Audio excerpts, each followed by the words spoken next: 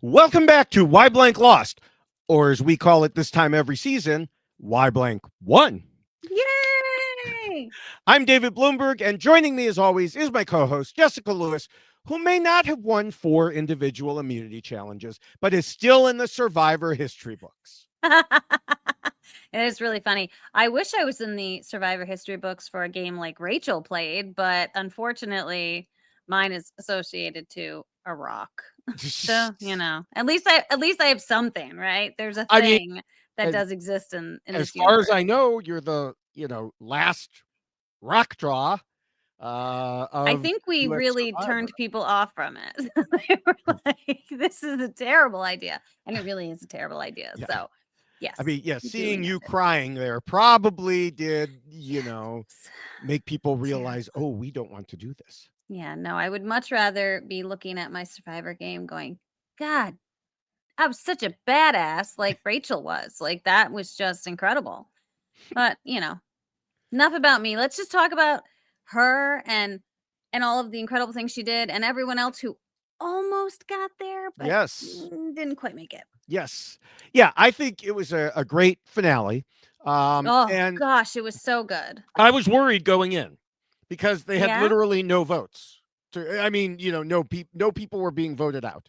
Um, Oh, yes. Mhm. and I have to applaud Survivor Production for managing to turn what ended up as a 7-1 vote into pretty compelling television that Yes. at least seemed like it could go another way. I mean, I was pretty sure it wasn't, but they still did a good job with it. And Mm. you could tell people talking on social media, on Blue Sky, like, oh my gosh, is Sam, winning this fight with this final tribal council and Mhm. stuff like that. He So really did a great job. yeah. Now, a lot of people were predicting that Rachel would win and that Sam would need to find a way to get her out if he wanted to have a real chance. But the questions we have to answer revolve around, well, why that was the case. To figure Mm. that out, we'll compare all of their games to my rules for winning that I originally wrote way back after season 1 and have been updating ever since using all the non spoiler information available to us from what we saw on TV, interviews, social media, and secret scenes. And of course, the newest version can be found at robhaswebsite.com/yxlostfeed.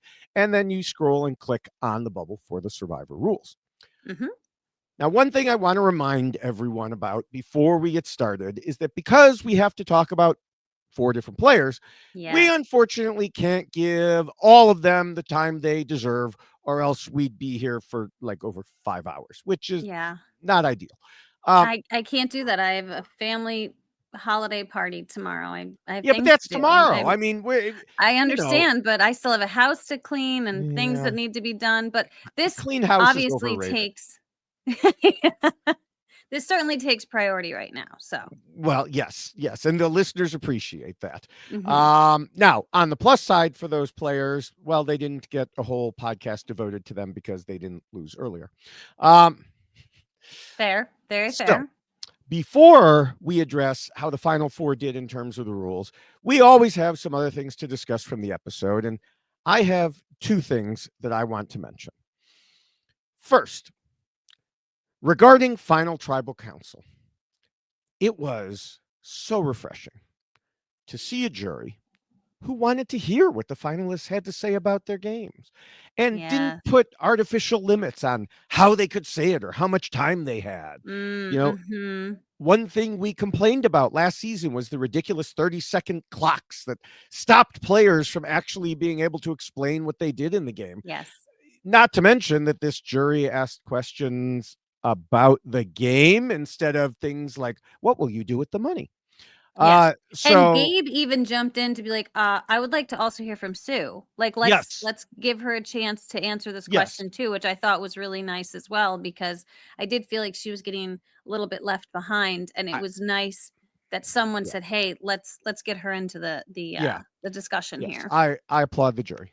So, Yes. The jury did a great um, job. I yes, will say too, what was so lovely about the whole structure of it was I feel like even though Jeff was going to each player individually on the jury and giving hmm them an opportunity to speak, it just felt different. It didn't necessarily feel forced. I feel like in seasons past, it's almost felt a little, I don't know, not even like scripted, but it was almost like the juries that we've seen of late felt like they had to present a particular Right. way. Like we have to be like gruff and we need to really like try to put people in their place. And this group just was like, I want to have a nice discussion and I want to talk about Yes. things and I want to learn some things. And I think that might stem from the fact that people on the jury really were curious because they Yeah. were really trying to make a decision. I don't Yeah. think anyone necessarily walked in there and said, I know who I'm voting for and I know what is Mm, going to be. mhm, I think they came in with an idea for mhm. sure, but I think they were also willing to listen, Oh, which yes, they were definitely willing to listen. yes. So you're Mhm. saying that this jury was this guy, and the juries you don't like are this guy. You with the cookies again. How many of these cookies do you have? Well, I didn't bring them out last time, so only you got to see them last time. Oh, you didn't show them to everyone. No, no. Ah, I see. I And so how I was a many do little I have little now? Those 2. And you know what? They're not gonna be around much longer, I'll tell you that much. I like the angry one is cute though. And the Yes, angry one yes. is cute. Yeah.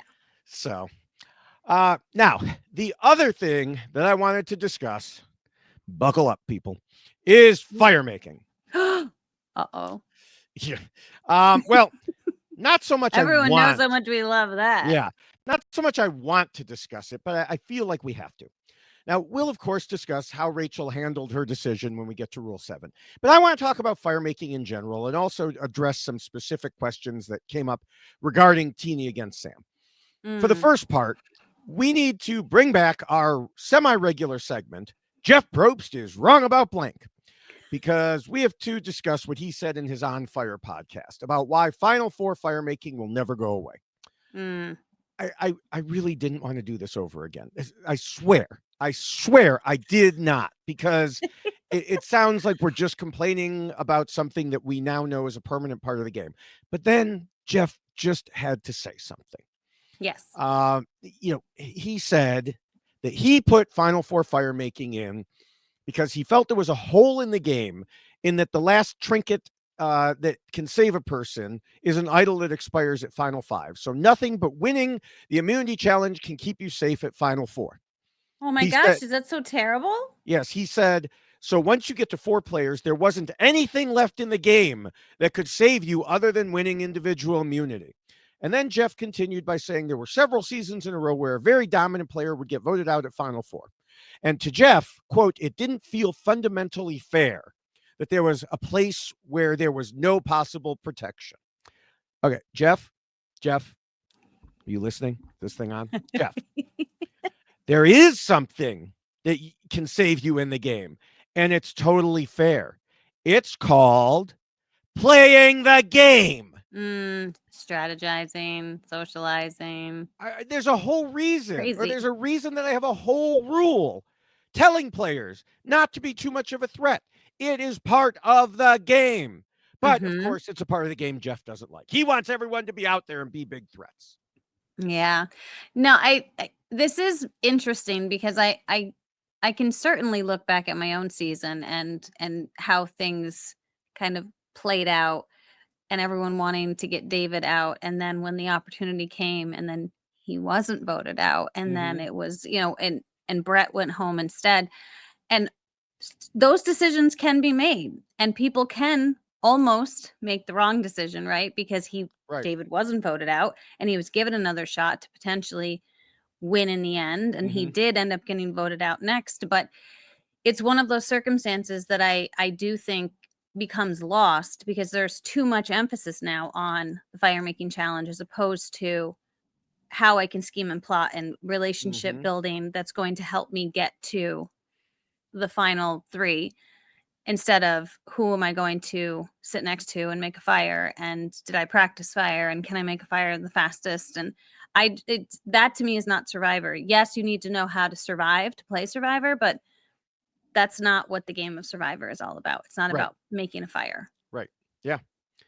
Now there was a point where Jeff got honest about the reason Uh, and that was when he switched from discussing gameplay to a storytelling perspective. And he said it wasn't dramatic when someone like that got voted out. And let's face it, that's the real answer. It has nothing to do with the game of Survivor. It's Mm, all about mhm, the TV show of Survivor. And mhm. I understand he is making a TV show. I just wish he would admit that up front instead of trying to make these really bad game related excuses. That's interesting. Um, Yeah. but even aside from that, there can be other ways to handle it without showing us the same thing over and over again. Mm, So, yeah. yeah. Yeah, I will say, I mean, the fire making was exciting. Yes. It Uh, was an ev exciting showdown even I for can't sure. deny that. Yes. And so, yeah, but again, like we say, doesn't mean it should be part of the game. And I was so happy to see the jury completely disregard the outcome in deciding the winner, Yes. because that's And also exactly the well, you won't let me talk about it right now, so okay. Well, that's exactly what a few of us were saying should happen in a discussion on Blue Sky before the finale. Jeff may push fire making, but that doesn't mean the jury has to cave in and give a special reward to the person who wins. This right. jury, as we will discuss, considered a lot of different factors, but fire making, thankfully, wasn't one of them. Sorry, Sam. Mhm. Yeah. No, that's definitely fair. Yeah. We don't like Now, fire making. no. In this particular fire making, we saw that Teeny was way ahead and it looked like they were going to easily win. But then the wind kept blowing their fire away from the rope. And Sam eventually got his fire going and blew it up big enough to overtake Teeny and win.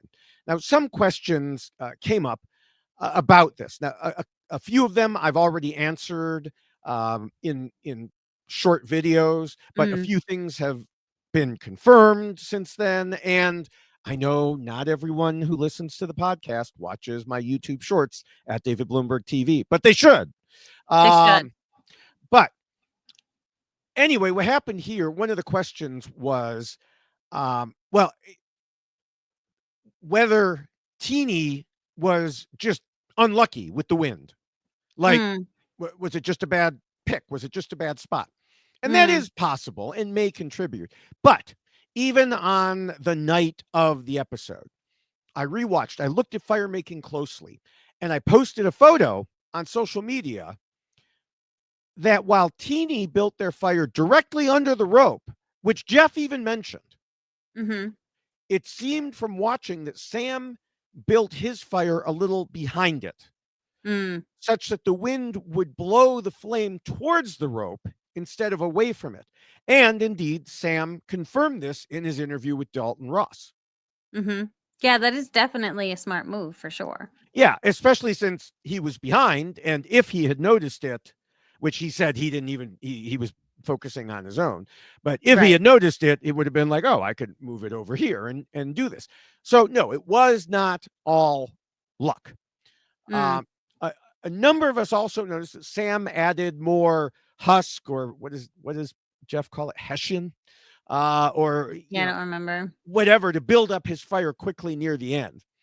And it's a risk because, as Jeff always says, it burns hot quickly, and if you run out, then the fire dies, and well, you're screwed. That's But it.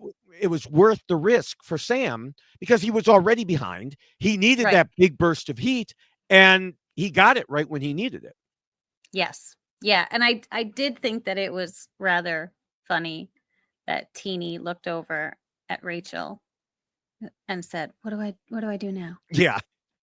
Yes. "Keep adding sticks." Yeah. This is a crazy idea when you're making a fire, right? Well, okay, so it's funny you say that because a lot of people online had other ideas. Because another question was, could Teeny have gotten up and worked the fire from the other side or tried to block the wind or something like that? Yes. I checked it with, in almost real time with a former Survivor player who did fire making, and Mhm. they said they were not told of any rules to prohibit it. Yeah. Similarly, Nick Iadanza from Australian Survivor posted, about the same thing on social media. I was also asked if Teeny could have tried like pulling the fire backwards so the flame would blow towards the rope, and I'm sure they could have, but it's fire, it's hot. You're grabbing it with your bare hands. I Mm, don't recommend it. Even trying to use sticks, I don't think would have worked very well. And the other thing mm, is that structure it's not exactly very stable. It's a yeah. pile of sticks. So I feel like it would have fallen. Um, and that wouldn't have left much fire at that point. In retrospect, should Teeny have tried it? I guess. But at the time, they had this huge roaring fire and was just kind of waiting for the wind to die down. And that just Yeah. didn't happen. I Uh, just think they picked the wrong seat. I don't know who picked first, but Teeny did. Sam. Okay, well, Teeny picked the wrong seat then. Yeah. Well, I think it's more than that. Like I said, I mean, there were these other things going on. Oh, But sure. Teeny did tell Mike Bloom, I really wish I had Twitter out there in that moment to tell me about the standing up. I should have thought to stand up and block it. Now, first of all, Teeny, come on. You're on Blue Sky. You know it's Blue Sky now, not Twitter. But but yes, it is a lot easier Shaming over for us. social media Yeah. choices. No, they use both. They're on both, but yes, it's a lot easier for us at home to think about it rather than the person doing it in the literal heat of the moment. Sure. Yeah. And I do think that Sam even spoke to this, and you've already mentioned it, that he didn't even necessarily notice what was happening because he Hmm. was so focused on what was going on. And I do think that there's a lot to be said about sitting in that moment, so many things going through your Yeah. head and trying to figure out what you're going to do. Hmm. I'm sure that it was very frustrating, but all happening so very fast. So yeah, after the fact, stand up, block the wind, do all of these Right. things. At the time, you're just like, what's happening? Why is it not Right. burning the rope? Yeah. It's Yeah. literally right there. I think Nick Iadanza also suggested things like as much as like wear your loosest clothes, wear a jacket, open it up to help block the wind type of thing. So Plan. future I mean, Survivor players, right? that's right. Future Plan for Survivor it. players will know. Yeah. Yeah. Yeah. It's Now, it's an interesting component that apparently is never going away. yes. Before we move on, I have this small tangent that I want to mention because I've been holding on to it all season long. Hmm. Way back in our preview podcast, I said we should have a special code phrase so that not only can people from RHAP recognize each other without outing themselves, but specifically those who listen to this podcast. Oh, And so when they're on the show. yes, Yes, yes. I recall. Okay. Okay, so Eric on Instagram suggested something at the time, and like I said, I've been holding on to it. Now seems like the right time to mention it. So any future Y Blank Lost listener should say to the other players, I'm not a big fan of the Final Four fire making challenge. And then any other listeners should be on the lookout for this and should reply, but it's better than a rock draw. But what if only one half is stated? Then that Then person is well, if outed only as the first not half is stated, then nobody knows it was a code phrase, and you just go on your merry way with your discussion. interesting. But if both halves, then you can connect and create an alliance, and then we'll talk about you on Y blank one because you created such a good alliance. I love this. Yeah. It's an interesting plan.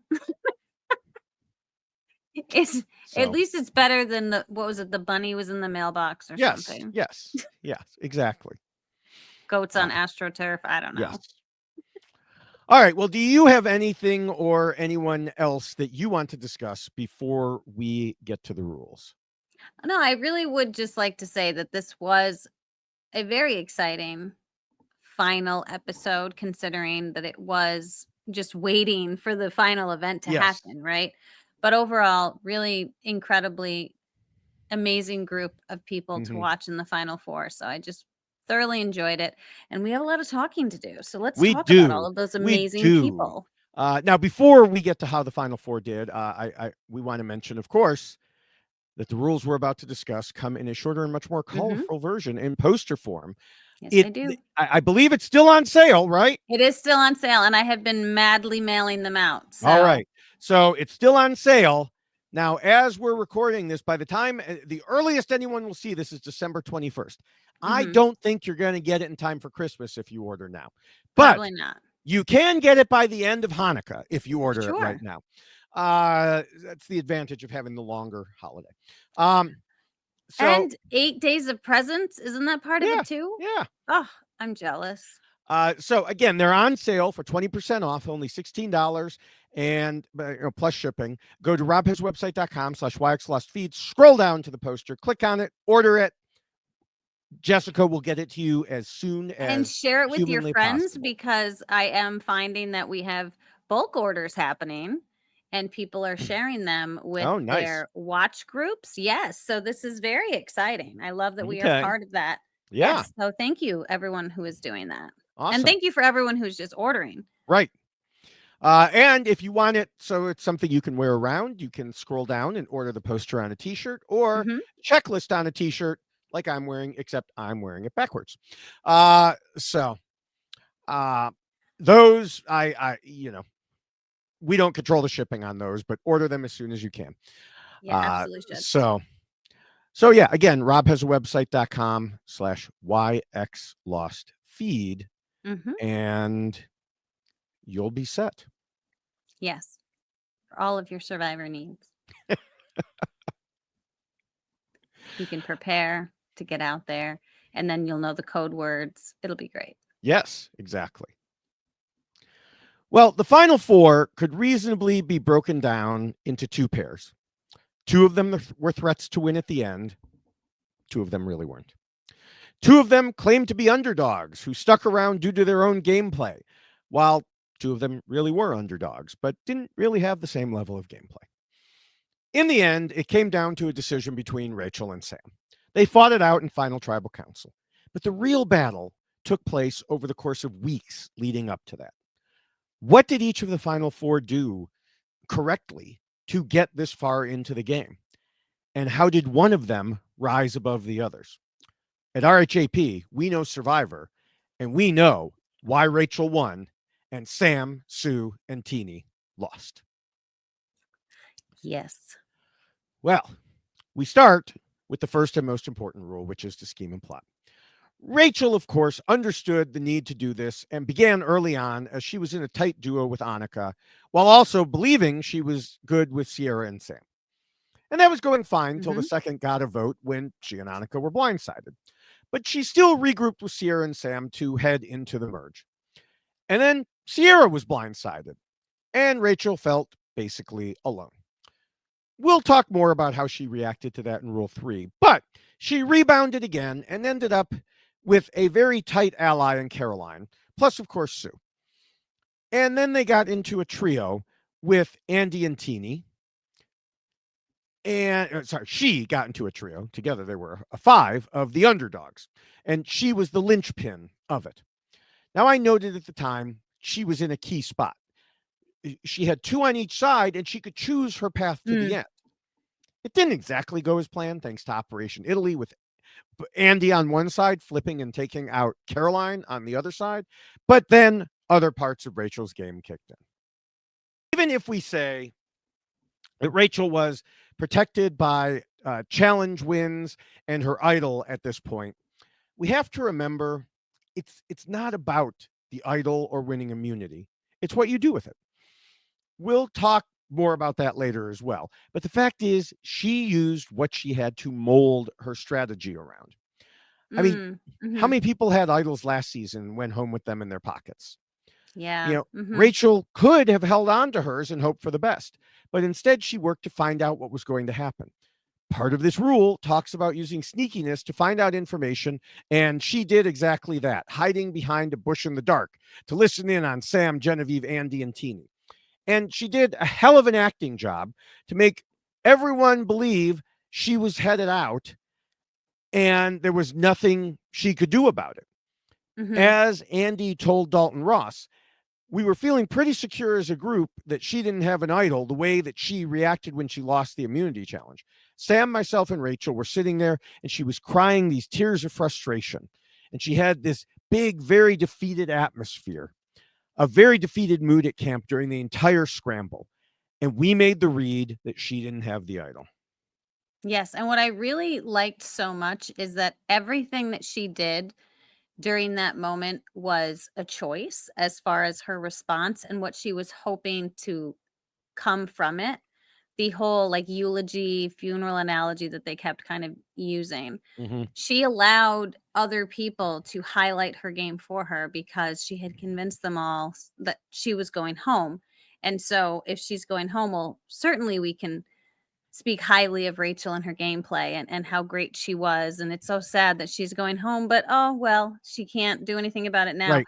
So, and that was all a decision that she made. She knew enough to let that narrative unfold and allow people to talk about it. So much so that she knew to get them talking about it in tribal council, where Mm-hmm. she mentioned it to Jeff that, oh, all day felt like my funeral, and everybody kept telling me everything about my game. And then, of course, that leads to the next question of, well, let's talk about that. And what Right. did you learn? And that's just like a different level of gameplay because you are now playing the players, but you're also playing the jury at the same time. Mm-hmm. Just incredible, absolutely incredible strategy. She was thinking just beyond where so many people who have played this game were thinking, so many levels, and just really, really incredibly impressive. Yeah. And in addition to that, even before that, we saw parts of the conversations that where she got information from Andy about what he was Hmm. planning to do and how he had played the game. What we didn't see was that, as she said in her interviews, she laid the guilt onto Andy and pressured him to Yes. tell her the truth by saying she and Sue wouldn't give him their jury votes if he lied to her again. He thought he was just telling the truth to someone who was going to the jury anyway. But Right. she used that to inform her decision to use the idol and do everything else that you mentioned. Yes. And I do think that this goes back to something that we have said time and time again. Don't tell everyone about your idol. It's, like no one can keep a secret. And this is why keeping that secret can Mm-hmm. be game changing, really, because if no one expects you have any way to save yourself and you can hide that, keep it a secret, and then also utilize those players to divulge so much Right. information that it changes who you want to vote out. So it goes from, I think, was it supposed to be Sam and it went to Andy? Yes. And then you also have the players speaking highly of you to the jury at the same time. All of that is next level. And Right. so I do think that this just supports that idea. You don't need to tell everybody everything. There are certainly times that you need to share that information, but keeping it a secret, it's very similar to Marianne, right? Where Marianne didn't tell anybody and it was like, people can keep secrets. This is amazing, right? And so now we have Rachel that we can add to that club. Yes. Yes. Now, moving to Sam, he was, of course, on the opposite side of Rachel in their original Gata tribe, making her think that he was with them until he voted out Annika, like we mentioned. Um, because unbeknownst to them, he'd been working to pull in Andy as an ally slash vote. But as I mentioned, they seemingly came back together at the merge, though I think at least part of that was him working to make Rachel believe they were still with her when they were Mm, actually supposed to be closer to Andy, which didn't exactly go as planned and led to Andy flipping. We right. talked a lot about that in the Why Sierra Lost podcast, but basically, as Sam told Mike Bloom, the mistake that I made was not checking in regularly with Andy throughout those periods of time and maybe method acting a little bit too seriously. Mm-hmm. So, Sam, like Rachel, found himself strategically on the bottom at that point. But he was also thought of as somewhat neutralized because they took out his partner in crime. So he didn't have to fight for his life immediately, which gave him some time to maneuver from the bottom. He, Mm-hmm. tried to make a move to save Saul, but all that did was cause a bigger break with Rachel, who, of course, had told him what was happening and asked him not to blow it up, which he immediately Mm-hmm. did. So he was trying, but not getting very far. Yes, and I think what was interesting about Sam's decisions was really that idea of always wanting to keep somebody else the highlight, right? He didn't Mm-hmm. want to be the person everyone was looking at, and he was trying to make serious inroads with Saul and was finally getting to a point where he had Saul where he thought Saul was going to be and wanting to play the game with him. And then all of a sudden they wanted to vote Saul out. So I do think that he is someone who when he calls himself scrappy, that really is Yes. what he was doing. He was looking at the circumstances and trying to determine, how can I keep my threat level down as much as I can, but still have agency and still be making decisions and helping other people make those decisions that are going to be beneficial to me, but also the focus will be on someone else. So I think Yeah. overall he was a very well-rounded game in just making those decisions that were necessary, but also not highlighting him as much. It was not necessarily under the radar, but it certainly wasn't a Genevieve, right? That Right. everyone was looking at. It Right. was And part of it was he joined forces with Genevieve and mhm, kind of de facto Kyle as well, as the big threats compared to the underdogs. Um, right. After Kyle was voted out and it seemed like curtains for him and Genevieve, Operation Italy was born. Now, what Right. we saw indicated it was pretty much all Andy's idea. And I do not want in any way to minimize that. But Sam explained in interviews that he had been working on an idea with Genevieve to make the fake idol and find a way to split the vote. He Mhm. wisely chose Andy as the one he wanted to bring in on this.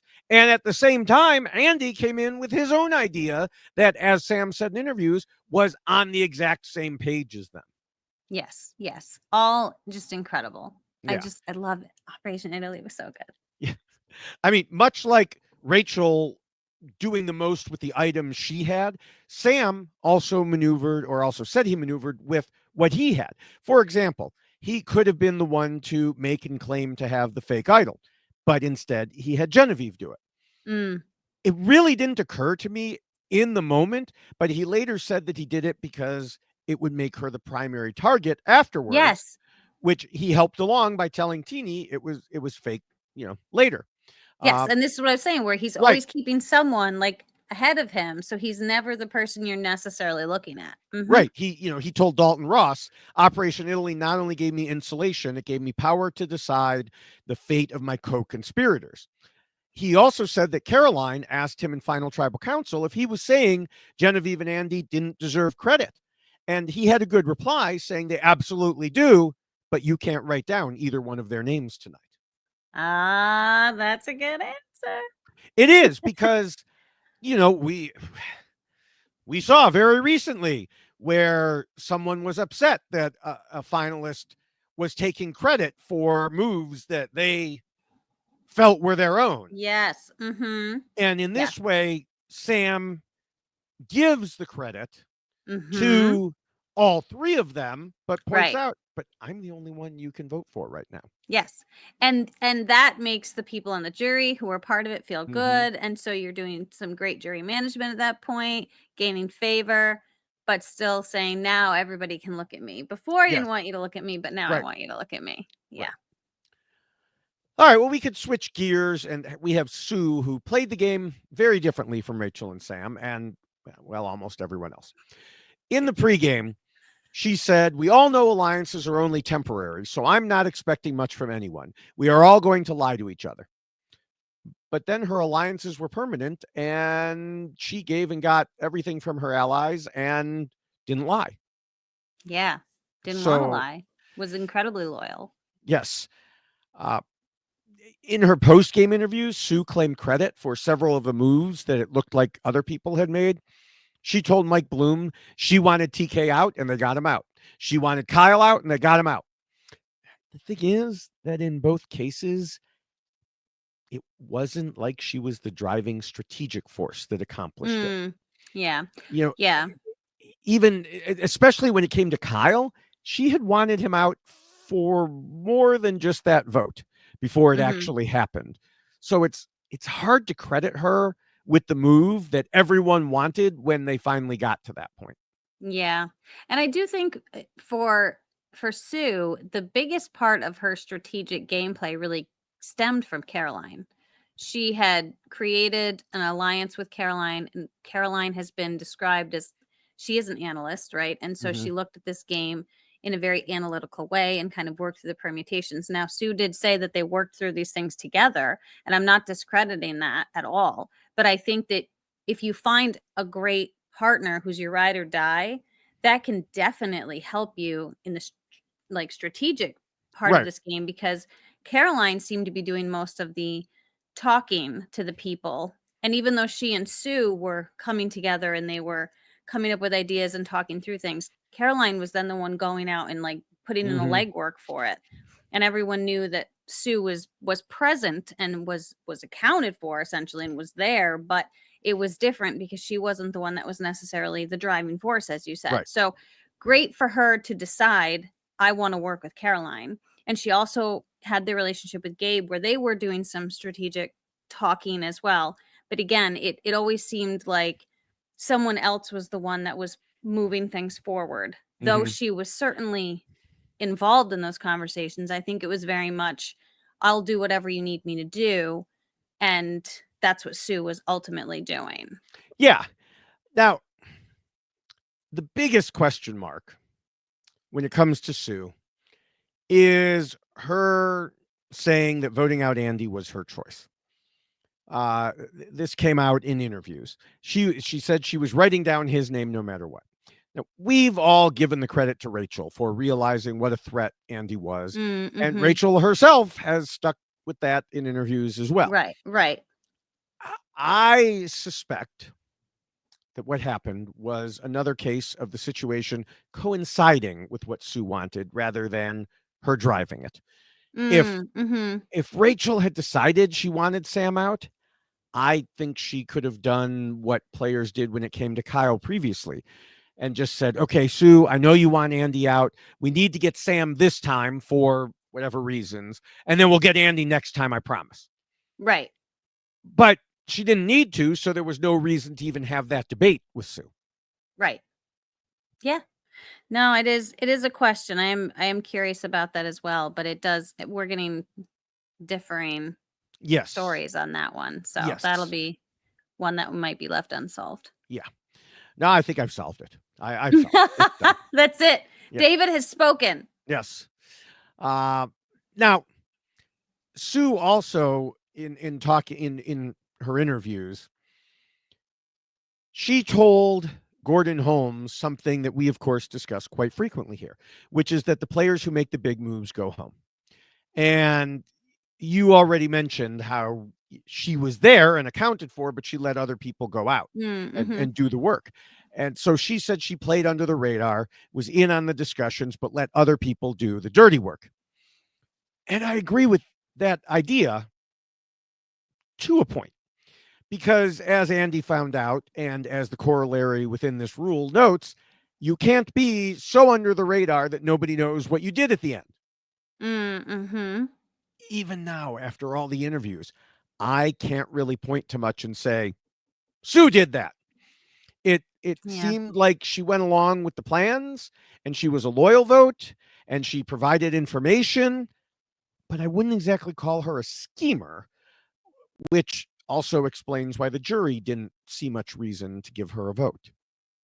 Yeah. Yeah. I mean, I do think that it makes a really big difference of who you tie yourself to in this game. And if you tie yourself to people in this game who are the likes of Caroline or Gabe, you might end up having to take a step back. And it might not even have been a choice that she necessarily wanted to make. It could have just been the effect of the three people, where you have some that are just more, I mean, Gabe was much more boisterous than Caroline. Caroline recognized that, saying Mm-hmm. Gabe's got to go because we've been playing the same Right. game. However, he's been more upfront about it, and people can see him more, so he has to go. And I think that then you have the same thing with Sue falling behind Caroline, because though they were probably discussing all of these things together, Caroline was more in the forefront, and then Mm-hmm. so that's thrusting Sue behind Caroline. And so the fact that Caroline went home, it could have ultimately been a benefit to Sue if she had then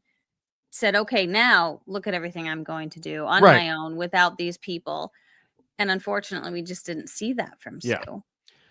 Yeah. Now, one thing I did appreciate in Final Tribal Council was that as much as Sue was loyal and against lying, except when it came to her age, she recognized. Wait, what? She's Yeah, she's not 45? I know it's shocking. Crazy. Um, Wait, let me be yeah, shocked. Yes. Yes. I mean, I picked up on it right away where she said, I want to tell you I'm actually 59. And then, like, half a minute later, said, I'm against lying. And the funny thing was, when my son, who watched Survivor, because he watches it on delay, um, he texted me and said, I can't believe Sue just said she's against lying. And then, 30 seconds after she told everyone she lied. So, Yeah. yes, like father, like son. You Uh, can just pick and choose what lies matter and which right, ones don't. right. Yeah. But even so, when it came to lying in general, strategic lying, she said she recognized that, of course, it exists in the game. And Genevieve asked her, "Do you view lying and deception as negative traits in someone's Survivor game?" Sue replied that she expected that. She's not dumb and doesn't judge anybody. She just has to judge herself. Too often, we see that the people who are like all about loyalty and not lying Mm, get mad or offended when others actually play the game. So yeah. Sue's attitude about that was refreshing, that she was just holding Yes. herself to that standard, not trying to say it should impact anybody else. And I do appreciate that very much because there is a lot to be said about being a loyal person in this game. And I do think that that can resonate with people in a way, and you can connect with someone. And sitting on a jury, Mm-hmm. maybe you're looking at that and going, wow, she was so loyal to me, and that means the most, because loyalty really does matter in this game. Right.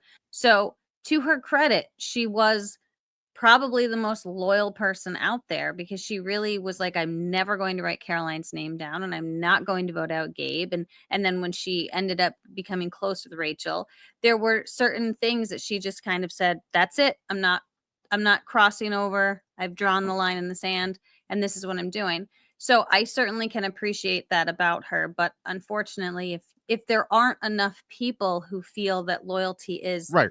that significant in this type of a game, it's not going to win you very many points. Right. And generally speaking, there aren't. Yeah. Yeah.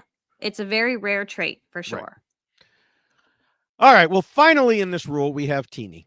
From the moment after they helped vote out Asia, it seemed like that brought a curse. And they were left out of a number of the votes afterwards, starting with their number one at the time, Keyshawn. Mm-hmm. It got to the point where it was this recurring theme. And Teeny eventually ended up admitting in tribal council that there were a number of votes where they didn't know what was going on. Teeny Terrible, would, terrible move. Terrible yes, move. yes. Teeny would believe the false stories, like Genevieve finding an idol under a slice of pizza, but then not believe the truth, like Genevieve's idol was fake or Sam hasn't practiced making fire. Right. They just kept getting so spun around Yes. in the game. And, earlier today, I posted a YouTube short of Teeny hacking away at the rope part of the final immunity challenge and not getting anywhere, and Yeah. eventually saying out loud, I'm so confused. And I really felt like this was a good metaphor for the strategic part of their game overall. Yeah. Yes, I do feel for Teeny, because there is only so much that you can control in this game, and they found themselves in a situation where it was like the rug got ripped out Yes. from under them, right? And you have to recover from that. And I do think that Teeny's plan for this game was to win people over Yes. with their personality, right? And to then see your number one go that way, and you've worked so hard on Mm-hmm. that person, I'm not surprised that Teeny then found themselves in this kind of whirlwind, right? And I do think that after that, it really was just spiraling, because Mm-hmm. that's a lot to recover from, and it's a lot to come back from. They tried, certainly tried, but there's so many strategic components that go into this that are beyond just creating relationships, and creating those relationships and turning them into a strategic component of your game. And I just felt like they were missing that extra little nugget they needed to get there. Yes. Yes. All right, well, we can move on to the second rule, which says not to scheme and plot too much and to keep your scheming secret. Rachel, of course, had the obvious duo with Annika originally, but she made it through that because Annika was the bigger target. Mhm. Other than that, we discussed her strategies and moves in the first rule, and I can't think of anything she did that caused a problem in this rule. Can you? Not really. Rachel really was very, and I certainly don't wanna jump ahead to rule 3 because I think that can I'm not but I think that can explain why Right. there wasn't a lot of strategic issues because she was reacting to what was going on because she Yes. had to, right? So I really don't think that there was anything in this rule where it it caused a moment of, "Oh gosh," because she adapted to everything Right. that did happen. Yeah. Yeah, I think another thing that helped Rachel when they got to merge was that even though some players worried a bit about the Gada tribe members being an obvious group, it again wasn't focused on her. Instead, Right. it went to Sam and Sierra because other tribes had seen those two as being so obviously close that they originally thought they were a couple. Mhm. We talked about it a few times here about just how obvious it must have been if it could be seen by other tribes in just a few minutes of interaction. And we Certainly. discussed in why Sierra lost, how she said she tried to work separately from Sam at the merge, but it just didn't hold and everybody saw it a mile away. Mhm. Much like Rachel with Annika, Sam wasn't the one who paid the price, as the others took out Sierra as a way to cause the biggest rift, which worked in terms of sending Sam and Rachel off in different directions. Yes, and then clearly, I don't know if this was your movement into Sam in this particular rule, but obvious duo, that's gonna be a bit of an issue for Well, Sam. right, exactly. Mhm. But he also had a few other instances of over scheming. A good example is when he blew up the Saul vote right after Rachel asked him not to. I Not, think he had a good reason. yeah, but I do appreciate the reason that he I provided. do, but the move was doomed to fail. And I not don't only, disagree, I don't you know, disagree. I mean, not only did it not work, but he pissed off Rachel and essentially Right. ensured they couldn't work together again. Yeah. Mhm. And then there was, of course, the bigger problem in this rule when he flat out told Rachel she was the target at Final Six. And he even told us in confessional at the time, I was direct with Rachel about where my vote was going. And you're always hesitant in Survivor to let your target know that they're your target. It could backfire on you. Oh my gosh, it's so crazy. Who'd Yes, have thought? he knew better. But Yeah. they all did it anyway because, as we already discussed, her acting convinced them when they really should have put more consideration into the possibility she could have an idol, Mm, which, we talked about that at length last week and why Andy and Genevieve lost. right. Uh, Again, it turned out not to backfire directly on him, but it certainly didn't help his position. Sure. So next we move to Sue. And the immediate thought might be that since she didn't scheme and plot enough, there's no way she did it too much. But we have that pesky portion we've mentioned and you just mentioned again, obvious duos. Obvious duo. Yeah. While she and Gabe hid their alliance very well for a while, the fact that she and Caroline were together was a well known fact going back to the early Tuku days. As TK told Mike Bloom, Sue and Caroline are a pair. They've told us they were a pair. Sue literally said, I will never write Caroline's name down to us. So we already knew they were a pair, which is the most dangerous thing in the game of Survivor. Sorry, that was the end of TK's quote. But as dangerous as it is, she again never paid the price for it, even as she moved from obvious duo to obvious duo to obvious duo, because in every case she was simply not the member of the duo, the Tweedledee, you might say, who the others were worried about. Yeah, I think it's interesting because we've talked about situations like this where if you can't get the number 1, you cut off the head of the individual who's like there's some No, I don't know you analogy cut we off the come up with. lieutenant. You take out Yes, the lieutenant. right, you take out the lieutenant and so but I do think that there was this idea that Sue wasn't even necessarily the lieutenant. They knew that if they had Caroline, they had Sue when it came to votes. Right. And so if you were working with Caroline, that was a benefit to you, right? Because I Hmm. have Caroline and I know I'm going to have Sue. So I don't need to worry about that. And Sue isn't necessarily strategizing in a way that's worrying me. Caroline's worrying me. I'll deal with Caroline when I need to. Gabe is worrying me. I'll deal with Gabe when I have to, but they saw Sue in a different light. She was Right. a loyal individual. They knew they could count on her for a vote. And it was a different type of lieutenant. It wasn't the lieutenant that you needed to necessarily worry about or need to take out in order to hurt. Would that be like the colonel? The general? I don't know. The general? I mean, I'm the not other sure. thing is there just wasn't a situation where that person was immune and therefore they had to take out the lieutenant. Right. Because Yeah. that's where it often happens is the one Yes. person's immune for one reason or another. Mhm. But in this case, Gabe was available. Take Gabe out. Caroline was Right. available. In that case, Caroline was already the second choice. So Right. take Caroline out. Right. And then, there was never another opportunity. And of course, who would want to take Sue out at that point? Well, and that's true too. Yeah. So now, as for Teeny, there were certainly times when they said too much and even got a reputation for doing it. As Sam said last week, when he wanted something to spread through the tribe, he told Teeny. Yes. This reminds me of an old joke. It's very old, as you'll hear in a moment. The three fastest way to spread information: telephone, telegraph, teleteeny. Most listeners at this point are like, what the hell's a telegraph? So, now Listen. it's tell Twitter. But Blue sky. yes, well, it's still for spreading misinformation. It's still all right. We'll stick yeah, with Twitter on yeah. this one. Okay. But this started all the way back when Rome showed Teeny the idol clue. Do you remember this? Teeny Yes. immediately showed Keyshawn where it was hidden, and Rome busted them. Who And we knew thought that this Rome was going to lose his mind, and he Yes. didn't. No. Yes.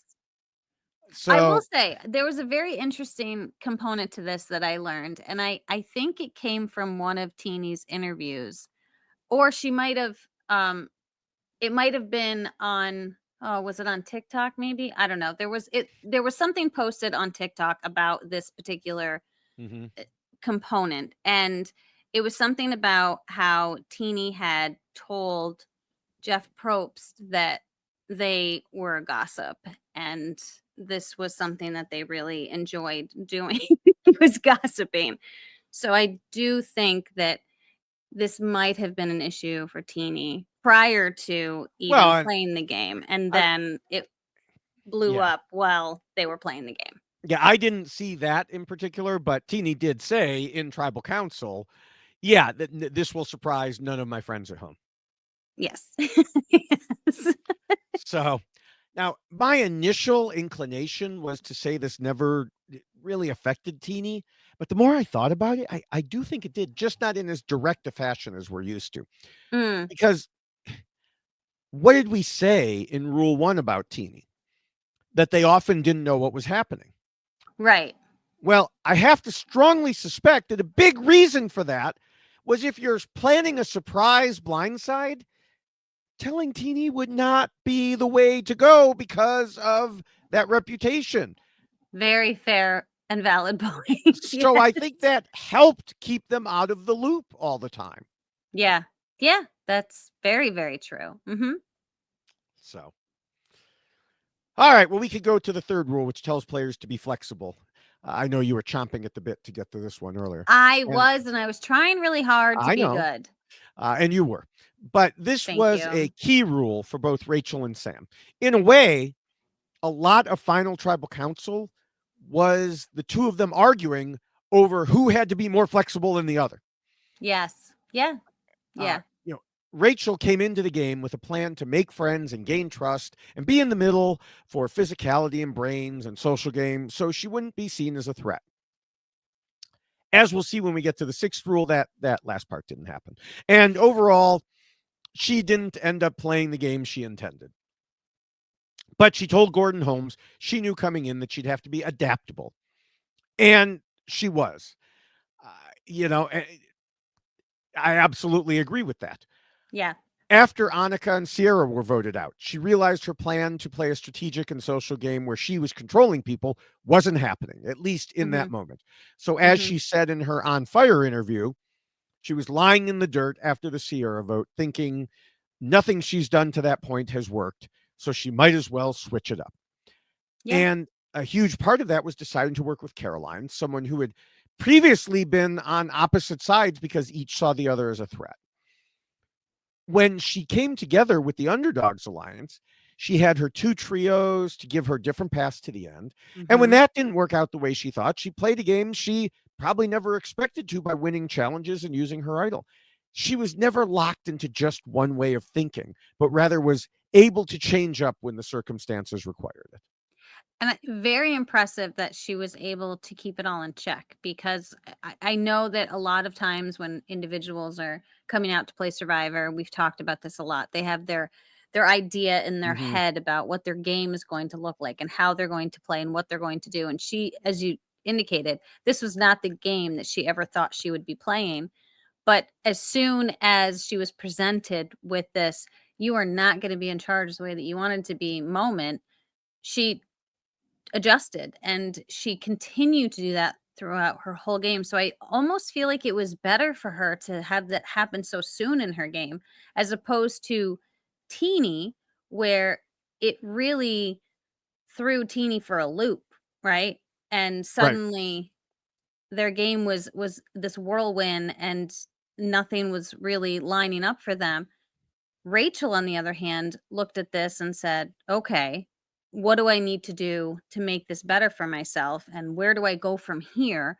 So that way I have some agency in this game and then I can keep being involved in the decisions, but not necessarily be the shining light. So I think the approach was much different Mhm. and really almost calculated in a way that you just don't often see players being able to do, where every situation she is maneuvering and changing and coming up with, if I do this, what is that person going to do, kind of thought process and Mhm. really working through all the permutations. Yeah. Now, your friend Adam Klein was on the RHAP after show recap, He's and fabulous. yes, among other really great things that he said, he noted that it's not necessarily about controlling the game from start to finish, but ensuring you are in the best position in case things go wrong. Mhm. And I would say that is exactly where Rachel put herself, especially after the solve vote. I mentioned before that she gave herself different options, and even when things went awry from those, she still had other possibilities. Mhm. She's a poker player, so I'll use a comparison from one time of my own playing that I remember, because I was in this tournament and I was all in against a guy who had a pair of kings, and I had ace king suited and had options for a flush draw and a straight draw. Both of those missed, but the last card was an ace. My opponent literally started to stand up and celebrate because I missed the draws that he was looking for. I didn't hit a flush, I didn't hit a straight. And then in mid celebration, I could still picture this in my mind. He realized I still beat him because my pair of aces was better than his pair of kings. And he Oh, look at that. collapsed to the table. Yep. And with Rachel, things didn't go exactly the way she planned. Mhm. Instead of choosing between her alliance with Andy and Teeny and her alliance with Caroline and Sue, Andy turned on her and voted out Caroline, taking a piece from each trio. But she still had that ace. Yes. Yeah. Great analogy. Thank you. I hope you won a lot of money on that one. I believe I did, actually. Oh, good. Yeah. That's so good. Um, unless you're the IRS, and then no, I didn't win anything. No, money. What are we talking about? Yeah, Huh? no, no. Who? Actually, that was so long ago that it doesn't matter. It's Yeah, who? Yeah, right. Rachel, Uh yes. Well, Sam, let's move on to Sam. Sam. Yeah. Uh like I said, he also had to be flexible as he played from his own bottom position. He said in the Yes. pregame, I want to keep my allies as long as possible. I want to stay insulated for as long as possible. But neither of those two things happened at the merge. Mm, He lost his tightest ally when another ally turned on him, and he lost all his insulation without anyone around him. As yeah. we discussed earlier, he was okay for a while because they focused on other more threatening players at the time, but he had to Hmm. scramble to try to make something happen. One day, that was working against Genevieve's play to take out Saul, one day that was joining up with Genevieve. Yeah. And then he was just, in the words of other players, scrappy as he kept sticking around. Yeah. Yeah, I really am impressed with his ability. It's much different than Rachel, where I feel like Rachel's felt more calculated. But I know you just said it and I said it previously, and I know he's talked about it. It really was scrappy. It was like anything I can do. And you've already talked about the Saul component where he immediately went to Saul and went, "Hey, guess what? They're Mm-hmm. voting you out," even though I was just told not to tell you that. Right. That was an immediate, like, knee-jerk reaction to the situation, and I feel like a lot of the things that Sam was doing, though there was reason for it, it was more reactionary and hopeful, like, "I hope this works," Mm-hmm. as opposed to Rachel seemed to be more working through everything. If she was going to be doing something, he was more like, "This is what I'm doing, and I really hope it works when I Yes. get Yeah. done doing this Yeah. thing." Yeah. And then we get to Sue, who was not exactly the most flexible person. Uh, No. Gabe immediately pulled Sue aside to make her his number one. She also connected with Caroline, who said Sue was the main person she wanted to work with. Mhm. And when they were both gone, she became extremely loyal to Rachel. While all of this helped her to get to final three, it wasn't going to win her the game because at no point did she consider really distinguishing herself from them. We already talked Right. about that some. She was a Yeah. great loyal ally, but she wasn't thinking about ways to rise above them. Mhm. As Caroline told Mike Bloom, Sue was so loyal that she never had to worry about being turned down. Quote, so much so that she told everyone she will never write my name down. And Sue herself told Mike, I had Caroline's back 100%. I had Gabe's back 100%. I had Rachel's Right. back 100%. I would ride or die with them. Mhm. That is not flexibility. That's not flexibility at all. No. No, and I do think that people saw that, and this is why she became really a number to whomever was Mm-hmm. working with her or working with Caroline. They knew if you can gain the trust of Sue, you're going to have Sue's vote, and that's that. There was no, will she not? I Right. don't know. It was very locked in. So yeah, Mm-hmm. there was really not much flexibility at all there. Yeah. Now, Teeny, I think, is a bit tougher to categorize here. Mm, They were flexible pretty early when trying to maintain a relationship with Asia while also being part of a different alliance. But of course, that didn't end up working out. We discussed how Teeny kept getting blindsided or left out of plans, which makes it difficult to be truly flexible because part of being flexible is having your finger on the pulse of what's happening. And how would you know if you're siding with the right people? sure. Yeah. Yeah, and I do think that, again, this goes back to the idea of what type of game each person wants to play. Mm-hmm. And Teeny's idea of playing this game was really going to be based upon those social connections, which I know we're getting to. We're going to be talking about that rule, so I'm not jumping ahead. All right. But that isn't something that necessarily lends to you being flexible, right? If you Right. want to be friends with everyone, you just want to be friends with everyone. And then you want to hope that those friendships will develop into, well, this person will now work with Mm-hmm. me and not vote me out, and we will have some type of an ability to play this game together.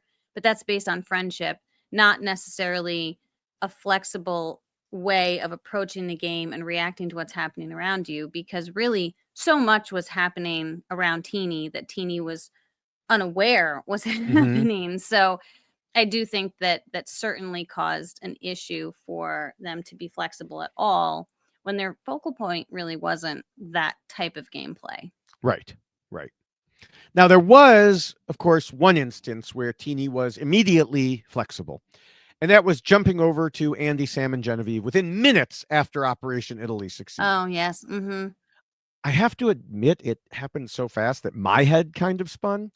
But, there was Teeny on the beach talking to the three who just pulled it off and saying, now we need to take out Rachel.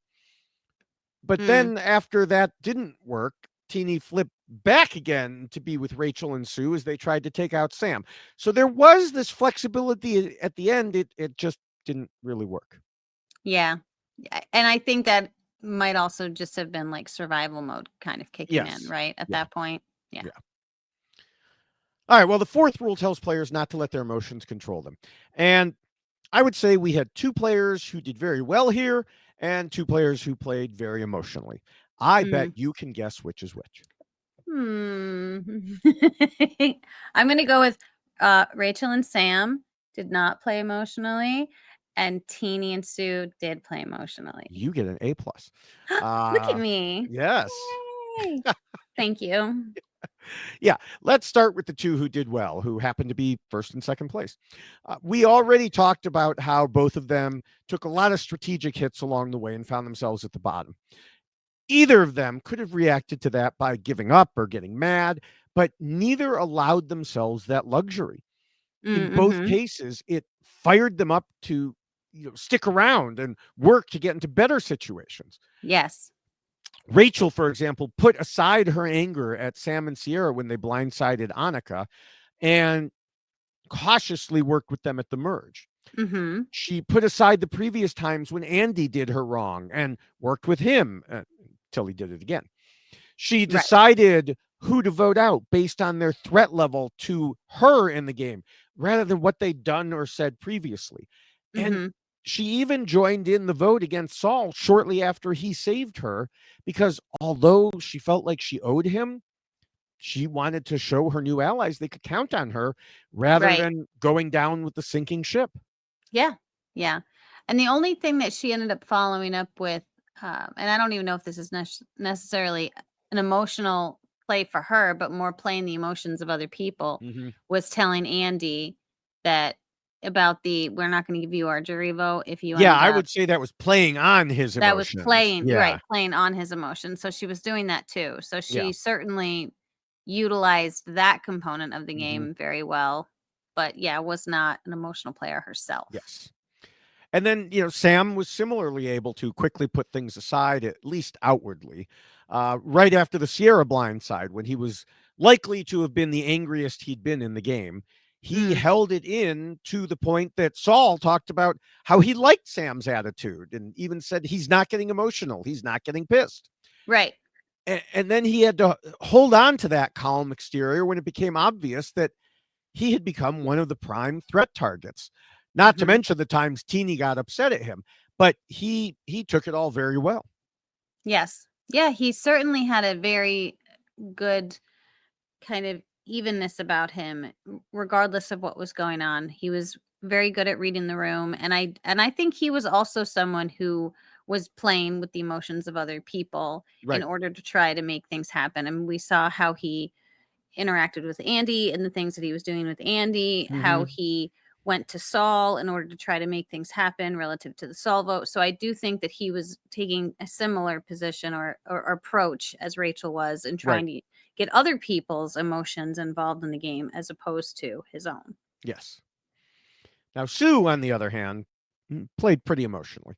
We saw it outwardly with everything she said about Kyle, although she Mm. said in interviews that that was mostly her purposely overdoing it to get other people on her side. You don't do it in confessionals then. Exactly. That was part of the issue was she was also saying it in confessionals. Yeah. So, obviously there was some of that emotion there. Yes. But even aside from that, playing with solid loyalty is by its very nature an emotional game because you Hmm. aren't using logic, you aren't using strategy, you're just attaching yourself to someone you like and working with them. And Oh my god. You make it sound so awful. You're just I attaching yourself to someone you like. and like, well, just the person's like trying to flick them off. Like, yeah. God, get off of me. No, Like, they're good. It's good.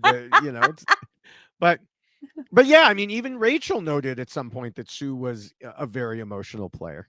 yes, yes. No, I wholeheartedly agree. I do think it's interesting because loyalty can be a good thing. It can be a bad thing. It can cause you to go to rocks. Hmm. Hmm. So, just saying, sometimes loyalty doesn't necessarily help you in the game.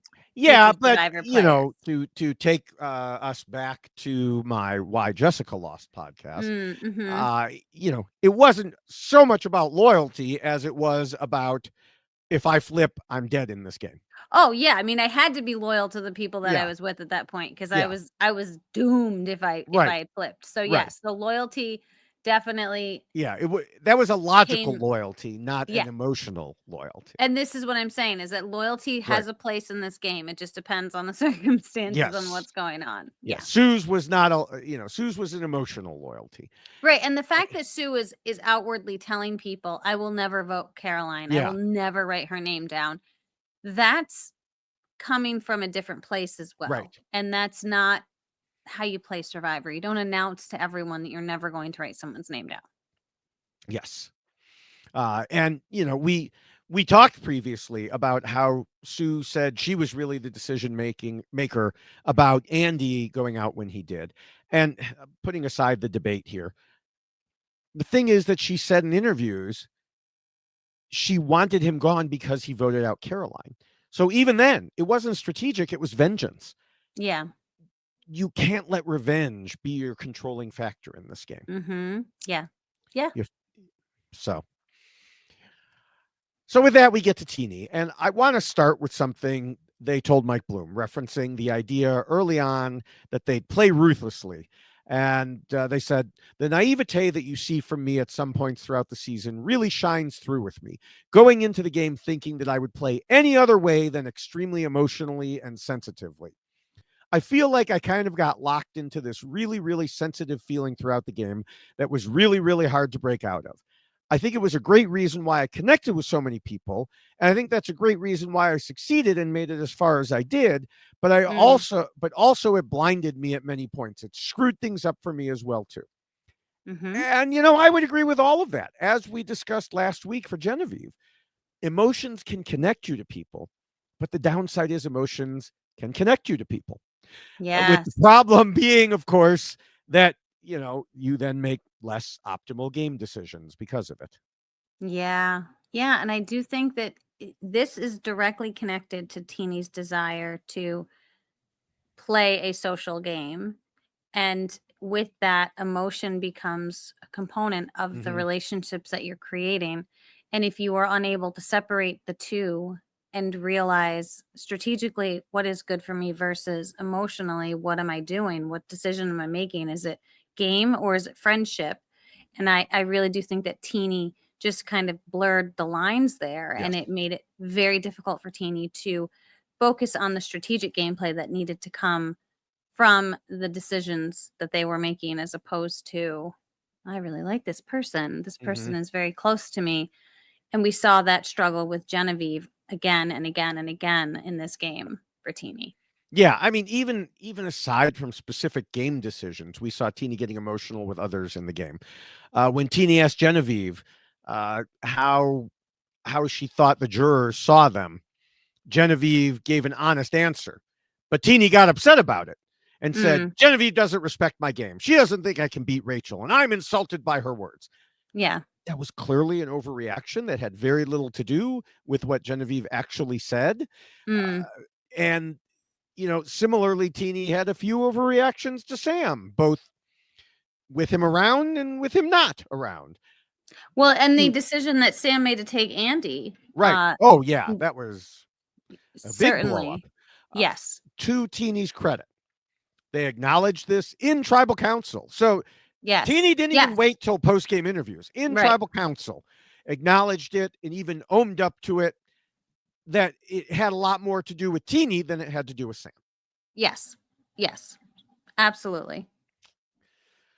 All right, we could go to the fifth rule, which reminds players they need to pretend to be nice and play the social game.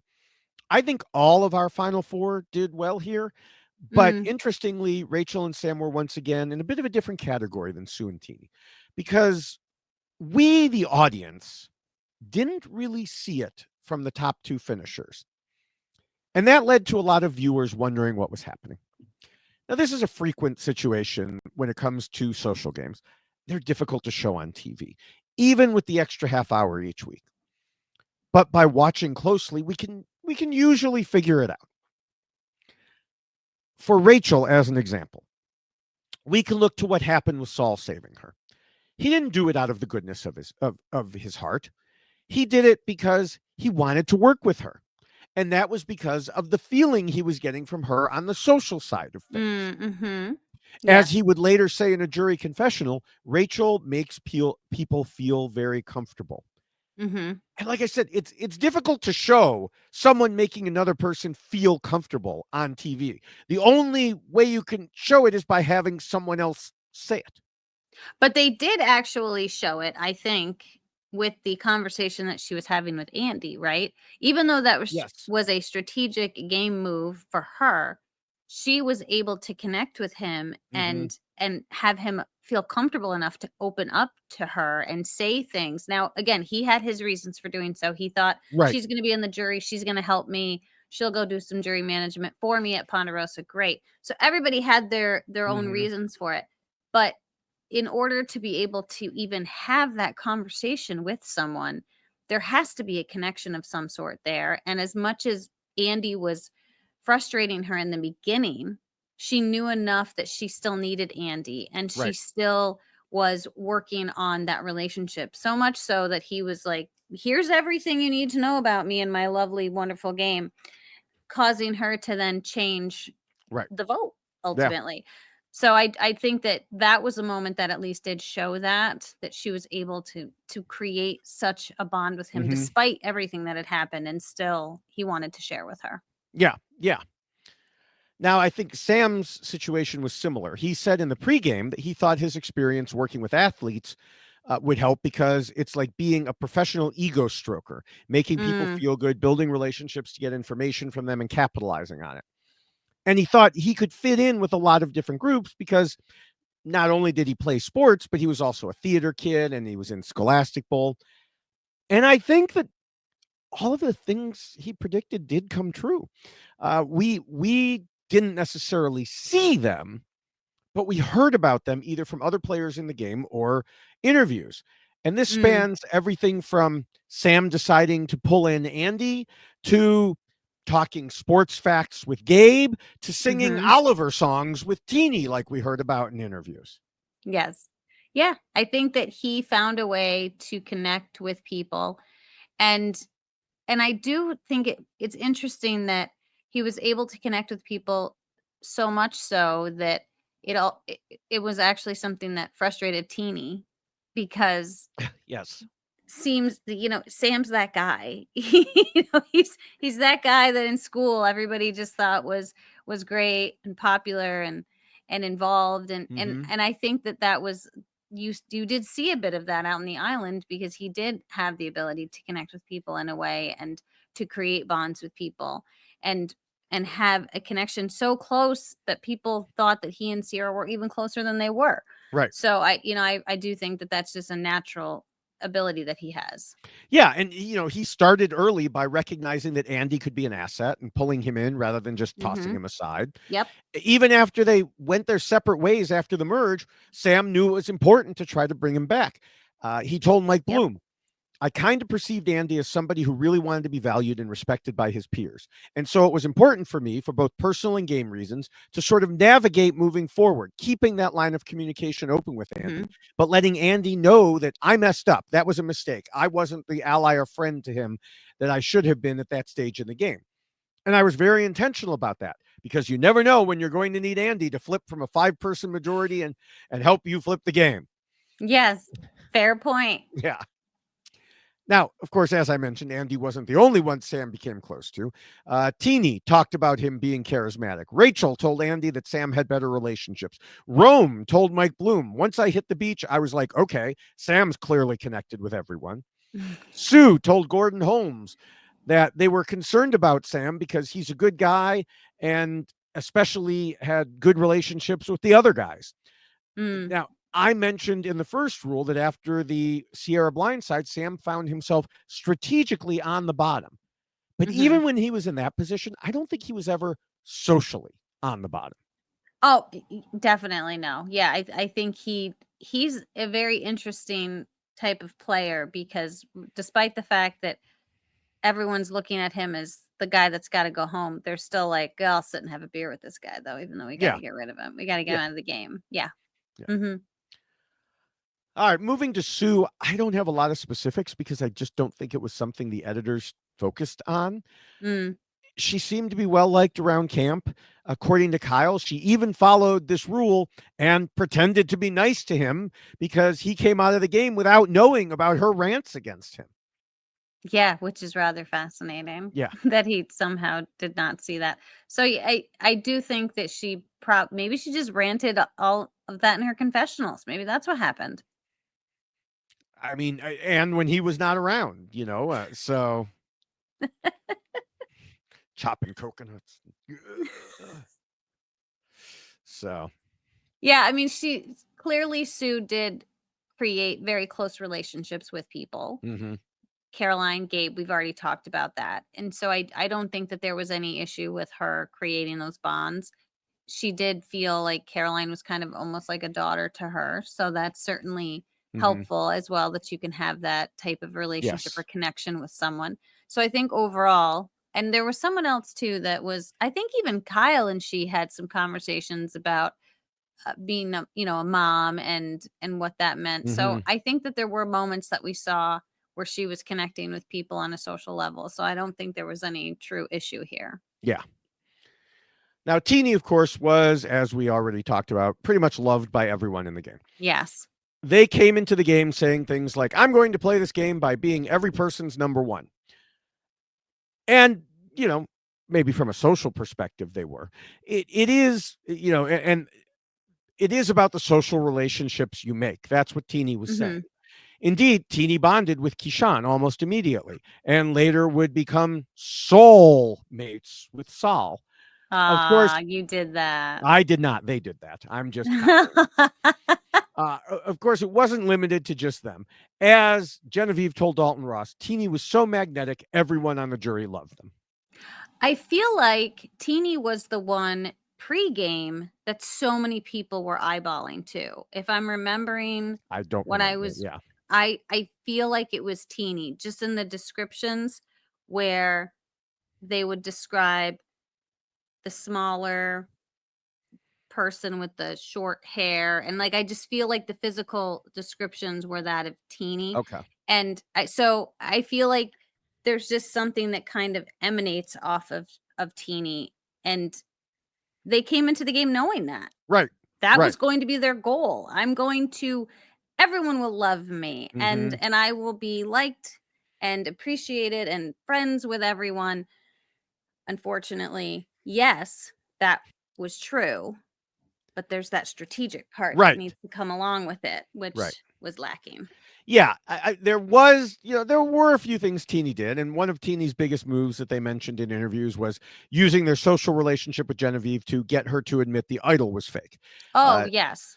Teeny said they That I think developed was an emotional response, though, of Genevieve. it was, Which but it was also Teeny using yes, the sure. that Mhm. because Teeny said they developed special and intense relationships with everyone in the game, and that's what they were most proud of. It wasn't a Mhm. specific game move, but I guess I'd call it an overall game presence. Uh, Yes. like like I said, everyone loved Teeny, and Teeny used that to their advantage when they could. The problem Mhm. was almost everyone, except Genevieve in that case, followed the fourth rule, as we discussed. So no matter how much they liked Teeny, that didn't mean they were necessarily going to work with Teeny. Right. Yes. Okay, moving on. The sixth rule warns against being too much of a threat. This is a particularly interesting rule for, again, the top two players. They were on the threat radar for a big chunk of the game, and yet they made it to the end. Mhm. Neither of them wanted the other one in the final three, and both tried to get the other out but failed. They even Right. debated who the bigger threat was in Final Tribal Council because at that point it went from being a negative to a positive. It's funny because Rachel was deemed to be a threat in the game before we, the viewers, really saw it. We talked Yeah. about it on the podcast, wondering why is the show having people telling us that she was a threat without showing Yeah. us that she was a threat. Mhm. But Much like we were just talking about with the social game, sometimes the only way you can show is to have other people tell. Yes. And if you'll recall last week, that was the final straw in making me predict Rachel would win, because I just didn't see a reason we would have gotten those scenes at that point in the season unless they were important. Yeah, and I think it's interesting that that was something that we talked about with Erica as well. And I know that Erica and Rachel are much different Survivor players, but that sometimes they will sneak hints into the Mm-hmm. edit to try to explain away things that the viewers might be confused about. And I know that that was a bit of a head scratching moment, but it was almost like Rachel. It was like a slow build with Rachel. There were Mm-hmm. things happening, and then they continued to happen, and Right. they continued to happen, and then you're like, "Oh my god, what is happening?" Like, Rachel Yes. just was taking over, and I think that's, like, the perfect type of game to play, right? Because it is something that people are noticing, but they're like, I don't know if we need to address that just yet." But Mm-hmm. it's something, put a pin in it, we'll come Right. back to that later. And she was so good at continuing that, put a pin in it, we'll come back to it later, until then she had an immunity necklace, and then another one, Mm-hmm. and then another one. And then another one, Yeah. and then an idol. You know what I mean? So, yeah, so she certainly, did a fantastic job of maintaining a very, like, good level until she couldn't anymore, but then she had Right. all of the things she needed to stay safe. Right. And I there were some people who wanted her out at that early stage. If we go Mhm. back in time, in episode 7, Gabe was talking about Rachel being personable, charismatic, and smart. Yes. Caroline was saying she was the most dangerous player in the game. In episode 8, Gabe again talked about what a threatening player she was. And Caroline Mhm. again said, I think she's the best player in this game right now. I think she's the most dangerous. I want her gone. Yeah. Genevieve added, I would take out Rachel. She's a strategic thinker. She's social. I see that as a Mhm. huge threat. Mhm. Now, of course, after that, Caroline and Rachel decided to work together instead of against each other. So a lot of that threat talk did disappear, like you mentioned. But Yeah. then it returned with a vengeance, as Genevieve told Teeny in episode 12. If Rachel goes out, everyone's chances of winning get better. I think everybody actually likes her the most. She's playing the game that I wish I played. It's very calculated, organized, and controlled. Rachel has Mm. been tactical about everything, like flawlessly. Then in Yeah. episode 13, Teeny said Rachel was the biggest challenge and fire threat. When Andy thought he was voting her out, he said in that voting confessional, you're an incredible all around player, entirely deserving of your threat level. And then Sam Mm. told Rachel at Final 5 after she won the immunity challenge that he tried to tell them all at Final 9 that she was going to win if they didn't vote her out. And finally, in a jury confessional, Andy said Rachel established herself as the threat of threats. Yeah, she really did. Perfect, incredible game. Yeah. Yeah. But the problem, of course, with everyone talking about a specific person as a threat is that if you don't get them out, you've pretty much coronated them already. Yes. Rachel pointed this out in Final Tribal Council, noting that Sam had stated publicly that she was the biggest threat, and then he didn't get her out. Now, to be fair, he didn't really have an opportunity because she kept winning challenges or used her idol, which was the counterpoint he was trying to make. But it didn't really hold up. As Adam Klein pointed out in the RHAP, after show podcast, and others in Blue Sky discussions did as well, it was similar to Adam himself and David Wright in your season. Mhm. You already mentioned it. We've talked about it before. Everyone kept saying they needed to get David out, but then not doing it. Yeah. At least not doing it until the last minute, which was exactly what Adam needed. But there was Mhm. no last minute reprieve for Sam. Right. Yeah. And I mean, I think Sam's an interesting individual in regards to this particular rule as well, because Mm-hmm. he's certainly not Rachel. Rachel is on blast, towards the end, Right. right? With everything that she's been doing. But I think that there was a lot to be said about the underdog component that Sam was bringing to the table, and his ability to maneuver and find his way through the game and work with the people he needed to work with. And then there was Operation Italy, so there was all of that as well. And so I think that he was more of a quiet threat, but still someone who, once you heard him, and I know we haven't Mm-hmm. talked about it yet, but in his final tribal, like just going through stuff and Right. you're like, wow, wait a second, this is impressive. And it was calculated but quiet, and not necessarily under the radar, but enough that you saw it so you knew something was there. So I really appreciated the approach that he took, because it certainly wasn't a Rachel, Right. but I would say he wasn't so much a quiet threat. I think he was more of the obvious stereotypical type of threat that you see on Survivor. And you know, Adam also said about Sam that Sam was trying to make the case he was the underdog, but he was actually he was actually seen as a threat, but others chose to vote someone else out instead of him because although he was a threat, they weren't as worried about him. well, Uh, right, and that's what makes it so strange, right? right, Because they see him as a threat, but he's not a Rachel threat. He's not someone right, who is like, I don't have the immunity necklace around my neck. We got to get him out right now. Like, this right. is our only chance. Yeah, That's what Rachel was doing. Rachel was like literally on blast. yeah, Sam was able to kind of sit back just a little bit and not have to necessarily rely upon the immunity necklace to hmm, keep him. He would figure out another way, but people were still talking about him like, this guy's got to go. He needs to get taken out of this game, but he's not the one we're looking at just yet. We can get to him, and right, then you can't anymore, right? Like, that's yeah, it. Like, now he's in the final 3. yeah. And but the thing is about because they kept letting him pass, as Adam said, Sam didn't get the credit for making his way forward. The credit was given to Right. those who made the decision. Yes. Yes, and this is the problem with that type of game. Right. 100%. Yeah. So like Rachel chose to vote out Andy instead of him when she played her idol. Okay, she gets the credit for making that decision. Right. Rachel and Sue decide to vote out Genevieve instead of him. Now, he made the case that he changed the result by revealing Genevieve had a fake idol, but Sue and Rachel argued in Final Tribal Council that it didn't matter and they were going to do that anyway. Right. I'm not sure I 100% believe that, but at least that was what they said. Another problem is, quite frankly, and this is where I get to the stereotypical part, he doesn't look like an underdog. He looks like an athlete. Yeah. He's a charismatic guy with lots of friends who is also apparently asked to move desks at school. Uh, it's hard to play The whole yourself thing. up, yeah, or down as an underdog in a situation like that. And I hate to even bring it up, but we always say perception is reality.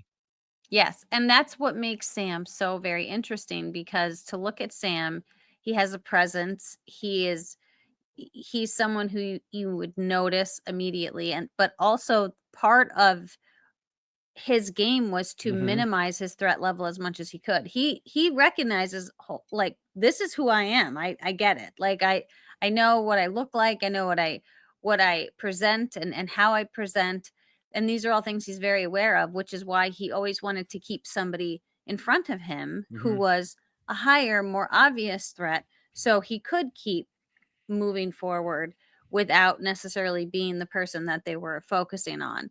And so, yeah, while he didn't necessarily get the credit for these things, it just makes his game so interesting, because there is that underlying component where he's part of his strategy was to maintain his threat level. In Right. order to do that, he needed to keep bigger threats in front of him. Right. And he pulled it off. Yeah.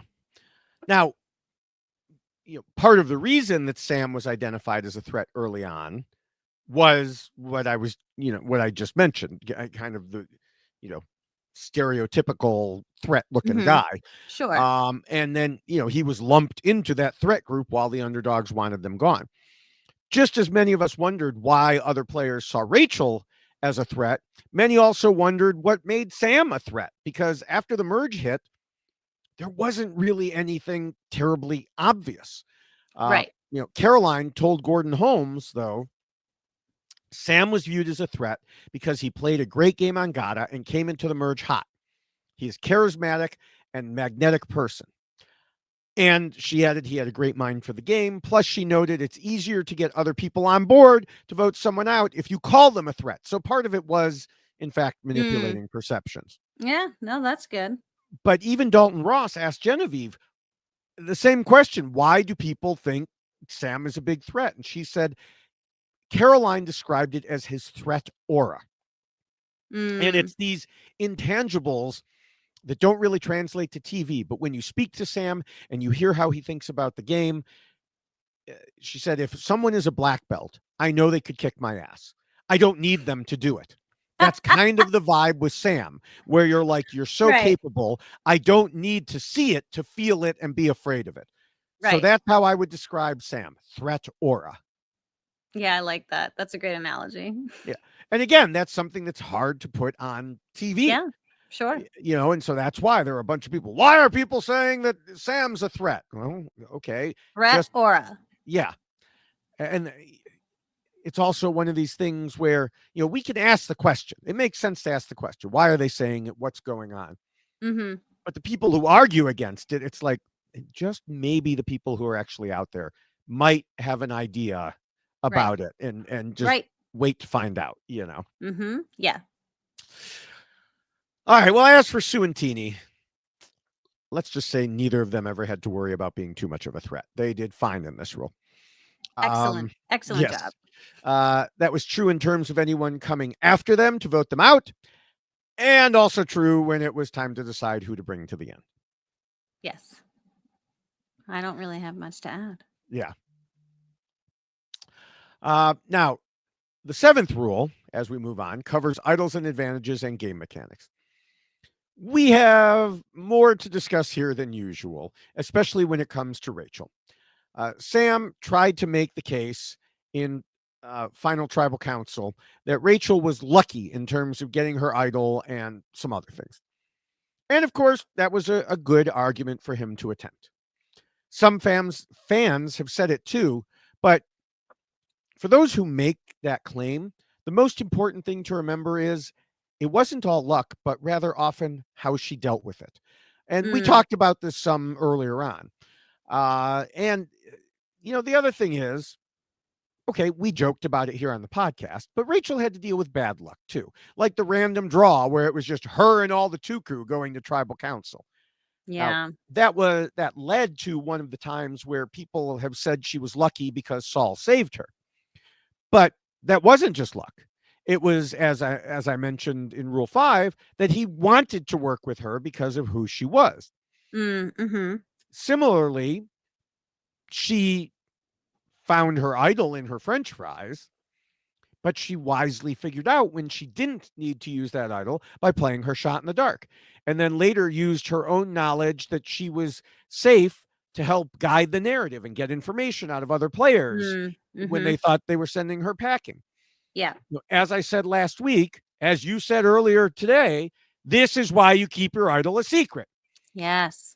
Now, the funny thing is, I posted the clip to TikTok from last week of me saying that and a little bit more. And as far as I know, that was the most popular podcast clip I've ever posted there, hitting over 50,000 views last I Look checked. at So you. lots of people agree with us about keeping an idol secret. Keep it a secret. There are those very rare occasions where it Right. makes sense to share that information, but keep it a secret. Nobody needs to know about it because then you can pull a Rachel. Yes. Now, Rachel herself also rebutted those who would say it was luck in her interviews. She correctly noted that if she didn't have the idol, she would have played it differently. But with that idol, she was able to play a certain way. And also knowing that she had it, she was able to push harder on Andy in the way we discussed back in the first rule, getting Mm-hmm. him to tell her the truth, which led to him giving her too much information. Yeah. But I think the more impressive feat was what you already brought up.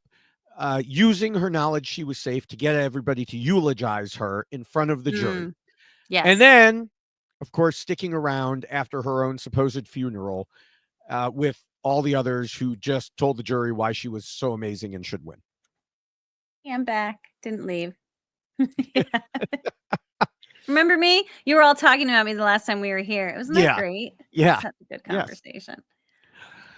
Now, of course, using her idol wasn't the only thing that Rachel did right in this rule. We know the block of votes she got didn't really end up mattering. And But she realized that too. She right, knew that the block vote wasn't going to be much of anything. right. But the reason she wanted to go was important.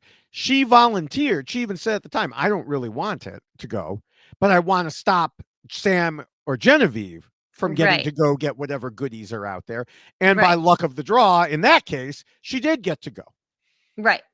So, Well, yes, and this again goes back to her kind of working through all the permutations of the game, right? right. She is not so focused on this idea that I don't want to go on this journey because I know that that could be terrible Hmm. for me. She's looking at no, but wait, I don't want them to go either. Right. So if they go, that could be a problem for me. And so she again is just working through all of the variables and Hmm. trying to come up with a decision that's going to be best for her game. So I do think that she was working through all of the game mechanics all of the time. Right. Yeah.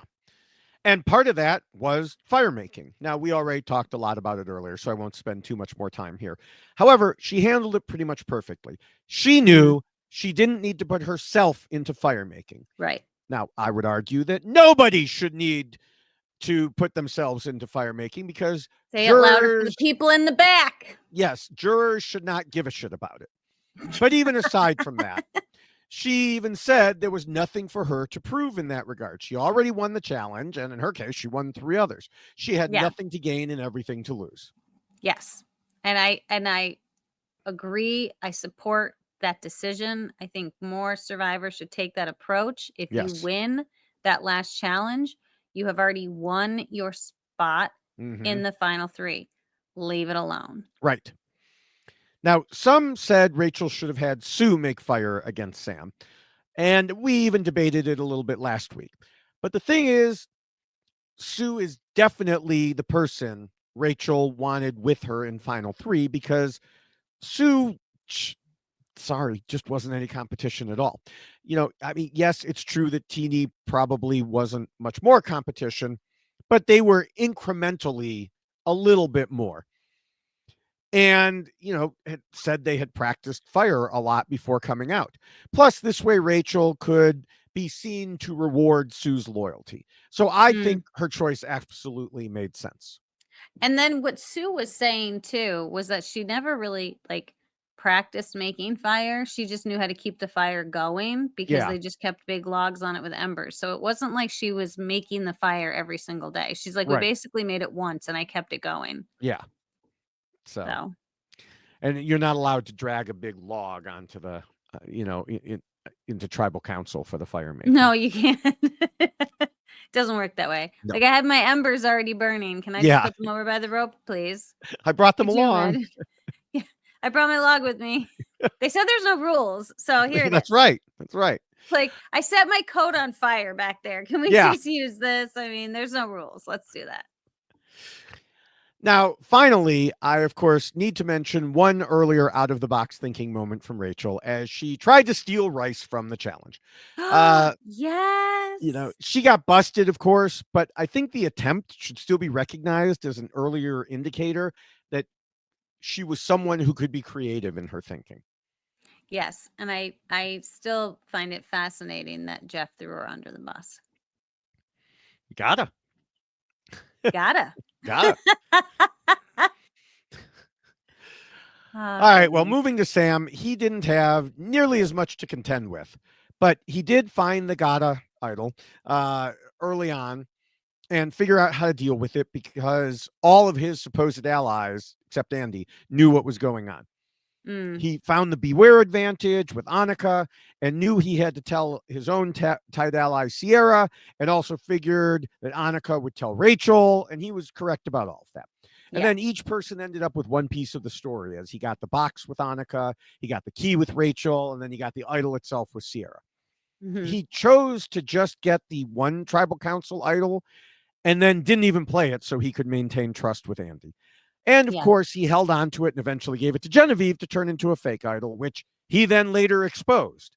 So Right. he went through all these different permutations with this idol, and I think he handled each step very well. Yeah, I think he worked through all of the options. I love the fact that he brought so many people into the fold at the beginning, which I know we just said don't tell people about your idol. Mm-hmm. But again, it depends on what's going on in the game and in that moment. And if you are in a tight group with these Mm-hmm. people and you're trying to formulate trust and an alliance and it's early in the game, then there is some benefit for sharing that information with Well, people. and he didn't really have a choice because he found the clue. He found Right. the with Annika. He Right. knew So then Annika would you're tell locked Rachel, in. Yes. and he So couldn't have Annika and Rachel know, and not his own number one. yes. And this is why I was saying there's Yeah. moments in the game where it makes sense to tell Mm-hmm. people because of the circumstance. And in Right. this particular circumstance, it really was in his best interest to share because he found it with person number 1, and then he's got person number 2 and 3 Yeah. that he still has to be mindful of because he wants them all to trust him. So yes, there are those moments where you have to make those decisions, and I think Sam worked through all of those Yeah. options very well. Yeah. And then Sue also had her idol, and like Rachel, she kept it a secret, even more secret than Rachel, technically, because Rachel eventually told Sue.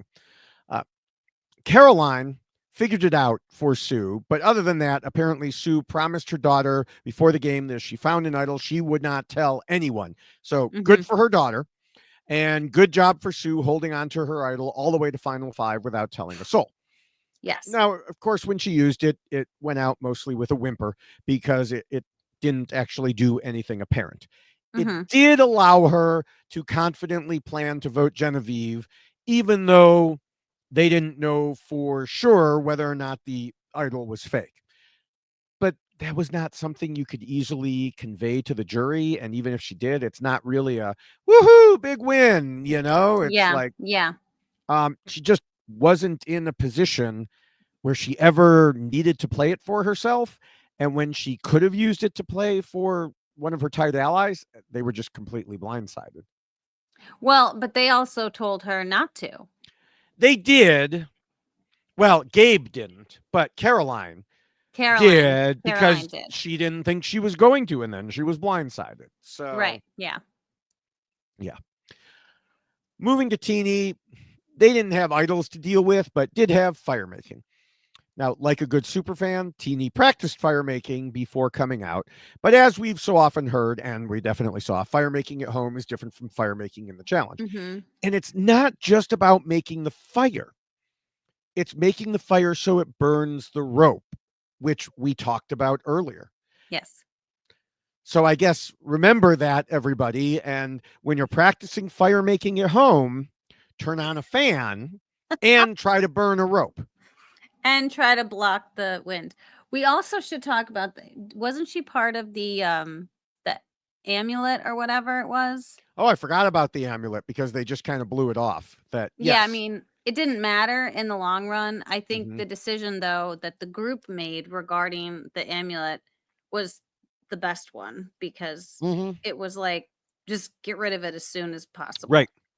Yeah, I had totally forgotten about the amulet. If you Yeah. hadn't mentioned it, it just gone. Yeah. So Uh, that good move there yes. from Teeny and the others Yeah. involved with the amulet. Okay, we can move on to Appendix A, which is about the players keeping their end goals in mind when voting. And we talk about voting out the weak, then the strong, then the weak, then the strong. By Final Four, the immunity challenge winner was the only one with power and, of course, should be focused on getting rid of the strongest threat to their game. Hmm. Rachel said in her interviews that by this point, she felt like she had a very good chance of winning, but it still made sense to get rid of the person who was most likely to threaten that. So, of course, she wanted Sam gone. As Hmm. we discussed, Teeny had said they practiced fire making before coming, and of course, it made sense to bring Sue along as the lowest level threat. So, Rachel made the perfect choices, even if things didn't go as planned. Right. Agreed. So that's about it for Appendix A at this point. But Appendix B is going to be much bigger because it discusses the jury phase, including preparing yourself for being in Final Three and also preparing the jury for wanting to vote for you, and of course, Final Tribal Council. Yeah. Now, sorry to do this, but I'd like to quickly dispense with Sue, much like the jury did, because unfortunately for Aww. her, So she sad. she just wasn't really involved in the decision. She held on to her age lie all the way through the game and told Mike Bloom, "I thought it would blow their minds when I told them I'm actually 59." They were Mm. shocked, but I don't feel anything registered. And that was hard Yeah. because how do you plead your case? I think their mindset, this is still Sue talking, I think their mindset was so focused on Rachel and Sam that it didn't really matter. And I think she's right on all counts. Yes, there were a few surprised faces, but the most obvious one was Sam, and he wasn't in the jury. Yeah.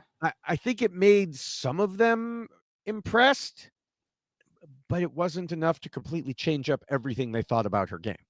Yeah, and I really do feel like Sue is not she's just we don't need 3 people in the final. We just don't. It I understand that occasionally the third person might get a vote, Mm-hmm. but it really comes down to 2 people more often than not. And I understand there's this idea that we've seen it, that person can be the deciding factor if there is a tie. But overall, Sue's lovely and she's very impressive. She's an incredible woman, but Right. why do we have to have 3 Well, people? Jeff would argue that if you had only 2, it probably would have been Rachel versus Sue, and it would have been a complete blowout. It wouldn't have been like Rachel versus Sam in Oh, all no, I likelihood. see. I see. That's what Jeff's argument would be. Yeah, I see, said the blind man. Yes. I got it. So All right. yes, this brings us to Rachel versus Sam. I don't know that it really mattered, but I did notice that even before Final Tribal Council, Rachel had been complimenting the jurors at least twice that we saw. Oh, sorry. At least twice that we saw in earlier discussions. So I guess it, you know, can't hurt to compliment the jurors. It can only help. Yes. No, and and you have to forgive me, my dog just busted down here and I was surprised. Yeah, so I kind of missed what you said at the beginning, but I do think that the jurors did a fantastic job in working through talking to both Sam and Rachel about the various parts of their game. And I really do want to say that I think that Sam and Rachel did a great job talking to each other during the final tribal because it wasn't just about the questions that they were being asked. They were responding to each other and they were acknowledging what each other said and it's speaking directly to which I Right. thought was great because we don't see that very often. I mean, sometimes people will make a snarky comment and be like, that's not Mm-hmm. true. But they were like actually interacting and working through things together. So just I really enjoyed that component of it as well. I thought that was a great part of the final tribal council. Yeah, and even as Final Tribal Council approached, Sam would later say he knew he was fighting an uphill battle, so he went in ready for combat, And and he that's did what you just so described. good. Yes, Yes. I think the discussions and debates that you mentioned went back and forth with each making some good points and some good Mhm. rebuttals. And along the way, we've discussed the various things Rachel did.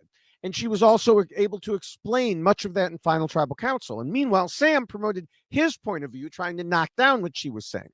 Mhm. So I want to go through a few things. Rachel had some great points, like mentioning how every other player in the game talked about how great she was to the jury. We've mentioned this a few times. Mhm. Sam replied by claiming, well, he was doing it to make someone seem like a bigger threat to him. And Rachel noted something we've discussed, which is, well, okay, but then you have to take me out, and you didn't. And then Sam, for Mhm. his part, was correct to note that, well, sometimes people win immunity and you can't do anything about it. Right. And then he even noted that she called him a threat and tried to get rid of him through fire making, but he made it. So I thought both of them did well in this back and forth. Mhm. But I really do think it comes down to, as Rachel correctly noted, you can't spend days calling someone the biggest threat and change your tune at the end. The jury just is not going to buy it. Perception becomes reality at that Yes. point. It Yeah. forces reality. And I do appreciate the fact that she really leaned in on essentially like what's wrong with winning challenges? Mm-hmm. Why is that a bad thing? That should be celebrated. It should be a good thing. And yes, she did find an idol in her french fries or I guess Yeah. was it the Yes. clue to an idol? So or an actual idol? I don't remember if It's a the idol clue. A was clue. Just a clue. Mhm. So, but I do think that she did a really nice job pushing back on that, just as she pushed back on, "I don't need to make fire. I've already Right. won a challenge. I don't need to win another challenge."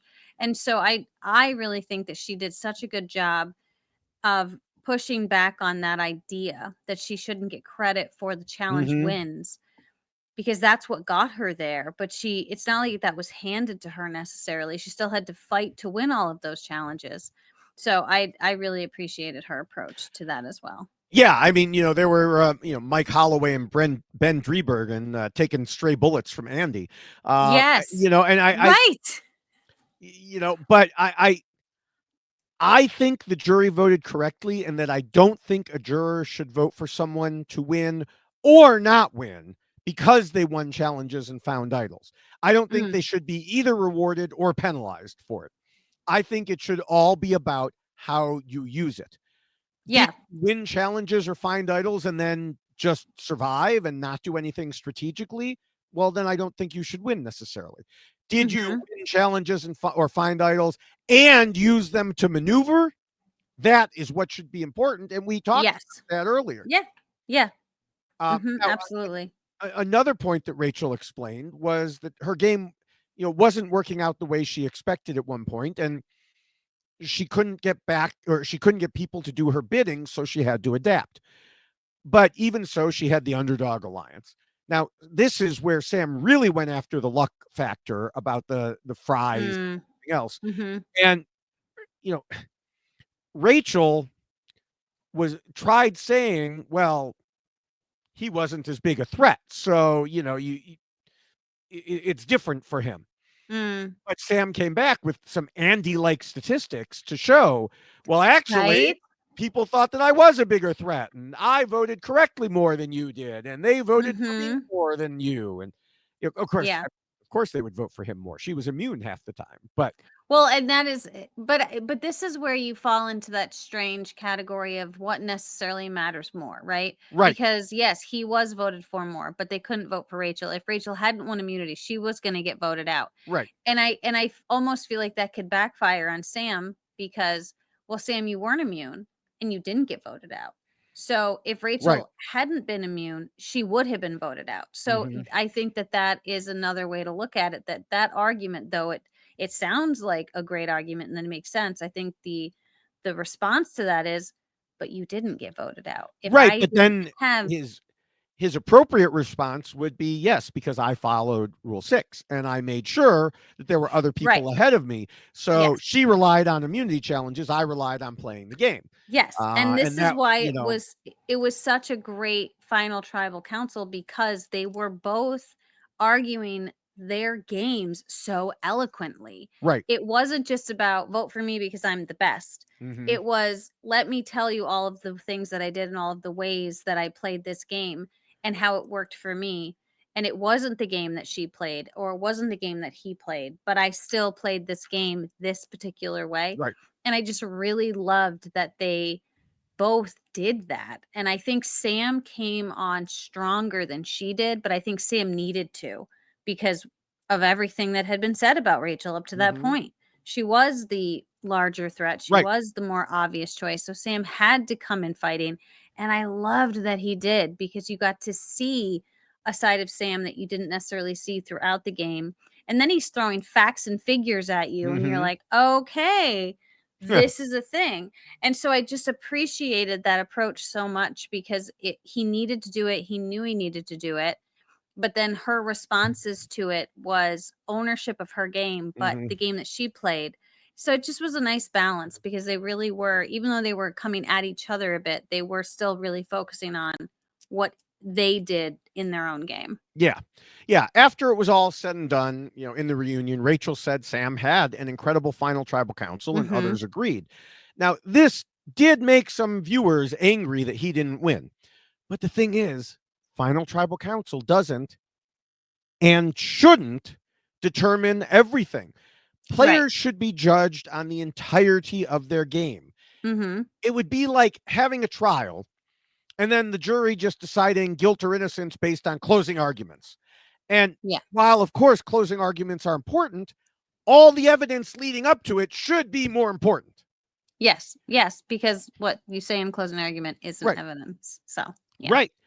And that's the same here. I think the jurors mostly had their minds made up ahead of time, or at least were leaning strongly towards Rachel Mhm. because of what they had seen out of her leading up to this point.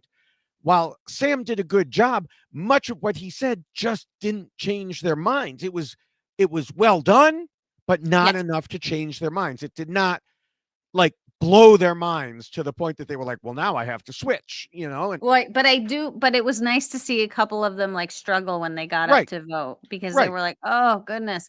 He did give people something to think about, and absolutely. I really think that's a great thing to be able to create in a final tribal because then you are putting people on pause and you're Hmm. making them kind of work through things in their own head and what they remember, and they can reflect upon the game. So, yeah, overall, just a great final tribal council for Rachel and Sam. And I know we haven't really said, I mean, we kind of started with Sue, but one thing I just want to add that Sue continued to do and I thought was not necessarily a great approach was the I kicked all of your asses. Like she kept like really like emphasizing that Yeah. component. But Sam She did had the to bring it exact full circle. She said it in the pregame and then, I and know. She did. She had to say did. it at the end. She did. You wanna gain favor, you don't wanna remind everybody that they suck, so it's just Yeah. like Yeah. I know. Now, I do want to say one more thing about, Sam, because I talked about he didn't blow their minds so much that they changed their vote. And this goes along with something I said before we got to the rules about how even his dramatic come from behind fire making victory did not sway any jurors. Right. They understood the mission, and the Yeah. mission was to evaluate each finalist's overall game, not Mhm. decide that they saw fire in Sam's eyes or something. And suddenly, that meant they should only pay attention to that one tiny sliver of time. Right. Yeah. Yeah, no, they did a great job. Yeah. Excellent job, jury. Did an Yeah. excellent job. So, yeah, it comes back to what I said that I said this earlier. I want to close on this too. That I definitely enjoyed these jury questions more than last season. Mhm. Yes. Asking open-ended questions, allowing the finalists to inform them about their game, being rather than being like, you have 30 seconds to tell me everything you did all season. Go. Right. It was a much wiser way to dig into who deserved to win, even Yeah. though I don't think it ended up changing things. It allowed them to have the opportunity to. Right, and it just confirmed what they were thinking in their mind. Right. And like I said, Sam gave them some things to think about and kind of mull over, Mhm. which is great because I think every person who is in this situation wants to know whoever I am choosing to win this game is the right choice because the winner reflects the season, right? Mhm. And you want the winner to represent the season in a way that people will appreciate and understand and support. And so it's a big decision. You're voting for someone to win $1 million. So they better have earned it, right? And I think that this jury really focused on that Yes. and and really made everyone watching aware of what they were focusing on. Yeah. Yep. All right. Well, it is about time to wrap things up. So, what are your final thoughts on Rachel, Sam, Sue, and Teeny?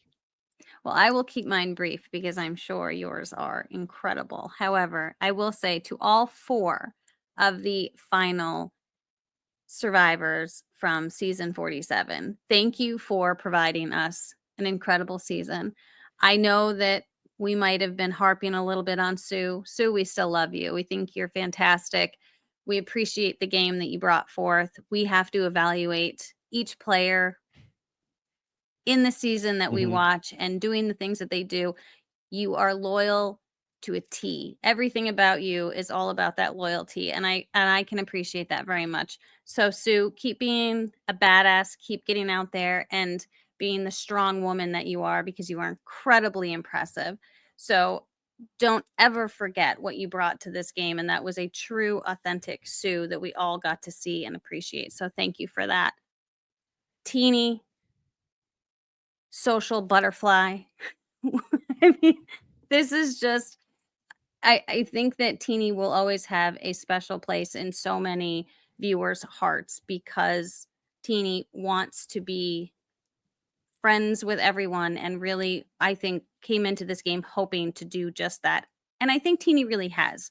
Outside of the game, I think the relationships that Teeny has formed will be everlasting because that's the type of person that they are. This means something to Teeny. Mm-hmm. And I think that that's what we really got to see. Although there was some very obvious, I don't know what's going on, I'm really not sure what's happening anymore, stems from her gossipy nature or the I want to be friends with everybody component and forgetting about the strategy of it. Overall, I think Teeny was a joy to watch on screen and also really came into this game wanting people to learn who Teeny was, and we really had an opportunity to do that. So thank you, Teeny. As for Sam and Rachel, I love that we got to see people like go head to head in the final tribal council. It was really a joy to watch. Both players came at this game in a different way. They were both seen as threats, but they were different types of threats. They were both people that needed to be reckoned with. They were both people that were being focused on. They were both people that everyone talked about, but they never got voted out. So it was fascinating to watch because you had one that was needing an immunity necklace, you had one that was needing to be scrappy, but they both figured out how to maneuver through this game and create a game that was going to work for themselves. And I love that about each of them because it was so individualized. It was so individualistic. Rachel knew what she needed to do. Sam knew what he needed to do, and they made it happen. They went in there and they played the games. Rachel, very calculated, very cunning, very, I'm going to work through all of the permutations and I'm going to figure out all of the ways that I can get to where I need to get to. And Sam, if there's a way it's got to be done, he's going to get it done. And he figured out the way. And I love that they took those different approaches. Sam might not have worked through all of the permutations, but he figured out a way to get there. And so I just think both of them, great Survivor players, great personalities. Butterfly effect, I'll say it. Butterfly Mm-hmm. effect. I didn't necessarily think Rachel was going to win. Rachel won. So I don't know, Rachel. Maybe I had something to do with it. but I think you all are great. Rachel, I truly believe, has the type of survivor experience and game that every survivor wants to Mm-hmm. have. She lived that dream, she had that experience, and just an incredible, almost perfect game. So kudos to you. Excellent winner. Great representation for season 47. So, all right, David, tell That them all. that was the short version. That was That longer was than the mine's short going to be. version. Jeez. Listen, I'm sorry. I apologize. I went Fine, on a bit don't of a rant. apologize. So I thought it was good. Yeah, like you, I enjoyed watching all of the Final Four, mostly for different reasons. Teeny was the Charlie Brown of the season with almost nothing Mm, going right for them. They got so turned around, it truly was like they tried to kick the football and spun in midair when it was pulled away, but they never mm-hmm. stopped trying. Sue went out there and represented for the older crowd, the 45-year-old crowd. Hi. Yeah. She showed she could do so many different things just like a younger person. Unfortunately, the one thing she couldn't or wouldn't do was really strategize hard in a way that provides a chance to win the game. She thought her age reveal would hit hard and that she could argue she was part of the strategies and her loyalty should count for something, but none of those were valued by this jury. And reading players in the jury is one of the most important aspects of the game when you get to this point. Sam put up a valiant fight. He went from being a top dog on Gata to being knocked down a few pegs at the merge and had to scramble just to stay alive in the game. But even as he wasn't in a good position, he was still seen as a threat to some of the others. While he had a great social game, this made it more difficult to get in good strategically. And when he finally found a home, it was in a minority with others who were considered threats, and they were being targeted by the underdogs. Meanwhile, Rachel had a similar journey with few important differences. She went from being labeled a threat to working with some of those calling her that, and even became part of that underdog alliance. Now, alliances are not named as often on Survivor as they are on Big Brother, but this one conveyed a meaning to it. They weren't Mm. just a group of people working together, they were those on the bottom fighting against the big threats. But Rachel was a wolf in underdog's clothing. Within that alliance, she had created multiple possible paths to the end. And even when it all blew up, she still had her options. Sure, some of those involved winning immunity and using her idol, but it was what she did when she had that power that mattered. Rachel said she had the most dominant game of the three finalists. She controlled both advantages and the idol in the post merge. And it wasn't just luck, it was stealthiness. And she had to play the idol in a large way that really impacted. In a jury confessional before Final Tribal Council, Genevieve said Rachel wrapped her hands around the control and wouldn't let go. And I think that's an apt description. And also, as Teeny would later tell Mike Bloom, there was a recognition of the game Rachel played by the jury. And part of that game was winning the battle of perceptions. Rachel was an underdog who, as she said, became an overdog.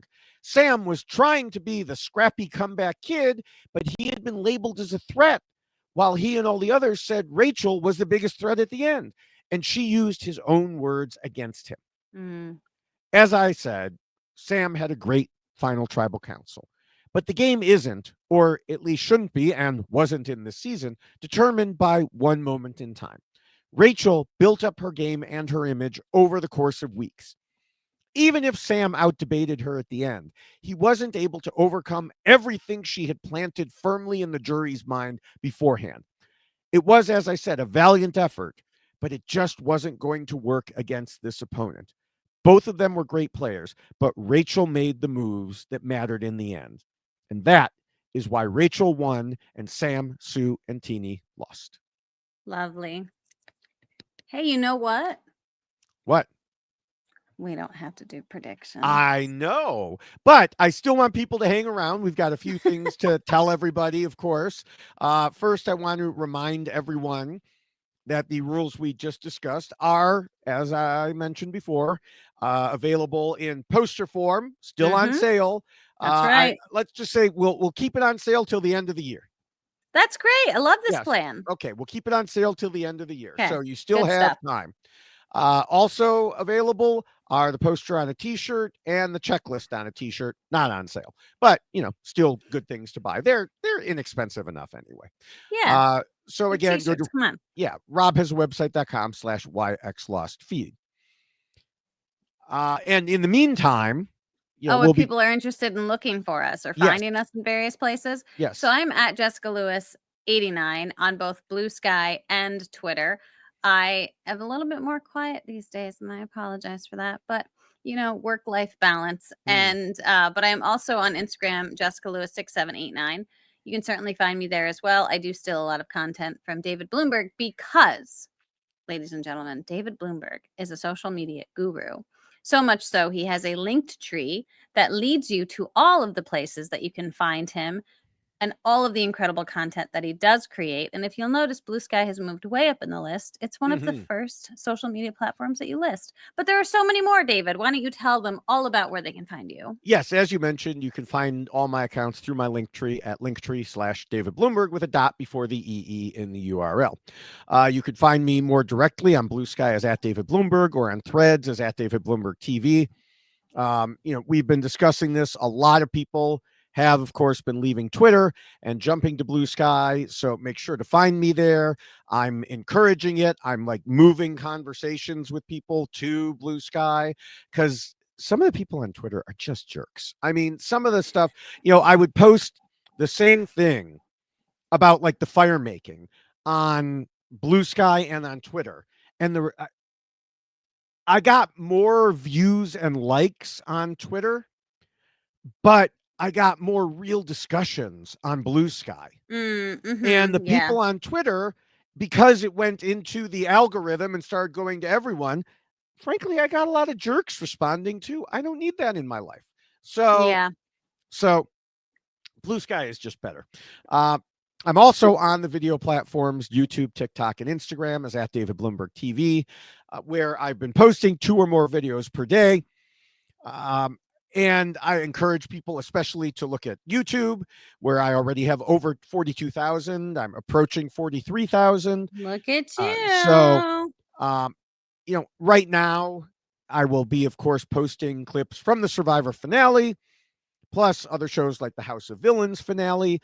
I expect I'll have some from the Beast Games, which started the day after the Survivor finale. I was like, really, Amazon, give me a minute. And some Survivor flashbacks during the holidays and off season. So I'll keep going, through that whole time.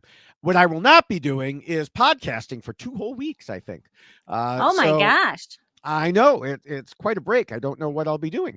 But then I will be appearing on the Tradar podcast because the Traders UK begins January 1, and I will be a guest host on there, a co-host on there once a week. They have 3 Nice. episodes a week. And then I will be the primary host for at least the beginning of the Traders US podcasts on the Tradar. Oh, that's so great. I So, love that. and that begins 8 days later. So watch for all of that coming up in a couple weeks. So yes, I'll have That's like a a lot. 2-week off season. But again, still making videos. Love this. Look at you. The guy who didn't want to do video I podcasting know. is I now know. everywhere. So as we wrap up, I want to encourage people to check out the RHAP patron program at robhasawebsite.com/patron. You can get access to all of the special podcasts that are put out just for patrons, plus the Facebook groups and Discord. So again, please support shows like ours and everything on the network by becoming a patron at robhasawebsite.com/patron. And of course, make sure, for the next Survivor season, that you're subscribed to all of the RHAP Survivor podcasts at weknowsurvivor.com. So that way you'll get all of the content that comes out from us, the Know-It-Alls, the B&B, Survivor International, Purple Pants podcasts. So just all of it. Be ready for it. Subscribe now. You definitely should, because the individuals who make this all happen, we must thank as well. Scott St. Pierre, Jessica Sterling, who do all of the editing, producing relative to not just the Why Blank Lost podcast, but all of the content that you just heard David Bloomberg speaking of relative to RHAP. Thank you so much to the staff for all of the work that you do. Doug, your art is incredible. Thank you for what you see here on your screen. For those watching the video, that is from Doug. And thank you to Will from America for the theme song that you hear on just the audio version of this podcast. We really, David and I couldn't do this without all of those people and more. So thank you to everyone for that. And thank you to our listeners, because this is another season that I've had an opportunity to sit here next to David Bloomberg. Although we are states apart from each other, we get to appear to be sitting next to each other. So David, this has been great.